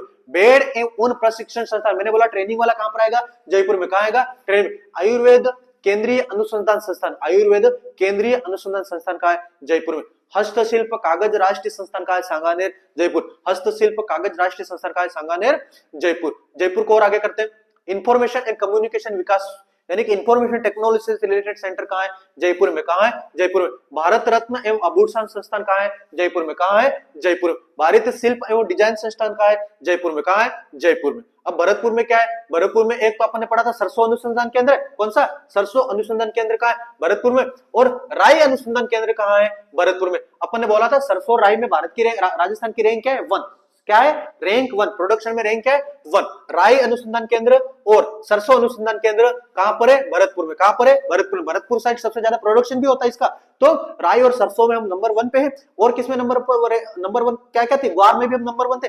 ठीक है, याद रहेगा आपको। मूंगफली में हम कौन से नंबर पे, सेकंड नंबर पे। कुल दलहन में और कुल तिलहन में हम फर्स्ट रैंक पे, और कुल दलहन में हम थर्ड रैंक पे। तो राई और ये नागौर में क्या क्या है, होहोबा बीज। और होहोबा क्या होता है, एक प्रकार का प्लांट है, जेट्रोपा होहोबा जो प्लांट है वो क्या बायोफ्यूल बनाने में काम आता है, क्या बनाने में काम आता है, बायोफ्यूल बनाने में काम आता है। तो होहोबा बीज डिजाइन डेवलपमेंट केंद्र कहां है, नागौर में। कहां है, डेवलपमेंट। तो उसके बाद ये CEERI electronic testing and design source संस्थान का इलेक्ट्रॉनिक वाला आ रहा है, सीरी आ रहा है, कहां पर है, झुंझुनू। कहां पर है, झुंझुनू में। टोंक में क्या क्या है, टोंक में तो भेड़, केंद्रीय भेड़ ऊन अनुसंधान संस्थान का है, अविकानगर, टोंक। कहां है, अविकानगर, टोंक। केंद्रीय बकरी अनुसंधान संस्थान का अविकानगर, टोंक, अविकानगर, टोंक। मौलाना अबुल कलाम आजाद अरबी फारसी शोध संस्थान कहां है, टोंक। कहां है, टोंक। और बांसुड़ा में क्या अपन ने पढ़ लिया था, चावल और मक्का। क्या है, चावल और मक्का। अजमेर में क्या था, राष्ट्रीय बीजी वाला तबीजी अजमेर।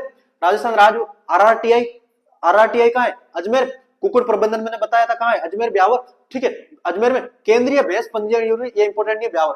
ब्यावर अलग डिस्ट्रिक्ट हो चुका है, ठीक है, इसलिए याद रख लो। बकरी एवं चारा अनुसंधान केंद्र रामसर अजमेर, राजस्थान राज्य। आयुष, आयुष वाला भी अपन ने पढ़ा था, कहां था, अजमेर में था। आयुष अनुसंधान केंद्र अजमेर। सामाजिक कार्य शोध केंद्र कहां है, तिलोनिया, ये याद रख लो। सामाजिक कार्य शोध संस्थान कहां है, शोध केंद्र कहां है, तिलोनिया अजमेर। अब ये मैंने क्या है, ये जो चार टॉपिक, ये कौन सा, उदयपुर में अपन ने ज्वार वाला पढ़ा था, ज्वार वाला बाजरा, ज्वार वाला अपन ने कहा था वल्लभनगर, बाजरा कहां था, बाड़मेर में। ज्वार कहां है, वल्लभनगर।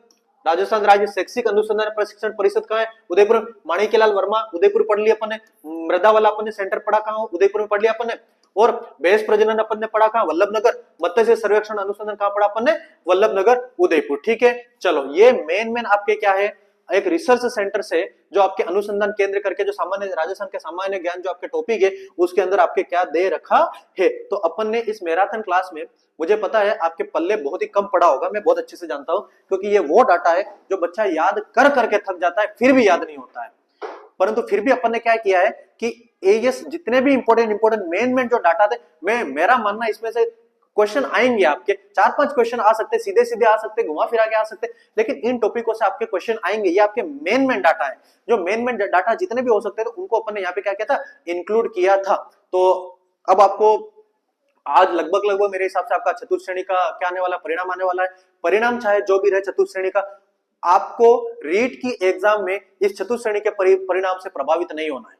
चतुर्थ श्रेणी के परिणाम से रीट के एग्जाम में प्रभावित नहीं होना है, चाहे रिजल्ट पॉजिटिव आता है चाहे रिजल्ट नेगेटिव आए। आपको चतुर्थ श्रेणी के एग्जाम के रिजल्ट से थर्ड ग्रेड के अपना जो रीट का एग्जाम है उसमें प्रभावित नहीं होना है। और अब आपको आगे की जो आपकी जो रीट एग्जाम है उसके लिए आपको अग्रिम शुभकामनाएं, आपको best wishes, best of luck. और यहाँ पर अपना जो रीट से रिलेटेड जो क्लासेस थी वो हम यहाँ पे क्या कर रहे हैं, समाप्त कर रहे हैं। आपने, आई होप आपको ये क्लासेस क्या हुई, आई हो पसंद आई हो। और अगर आपको जो कोई हमसे रिलेटेड अगर कोई इश्यू लगा तो आप हमें रिव्यू दे सकते हैं, ठीक है। धन्यवाद।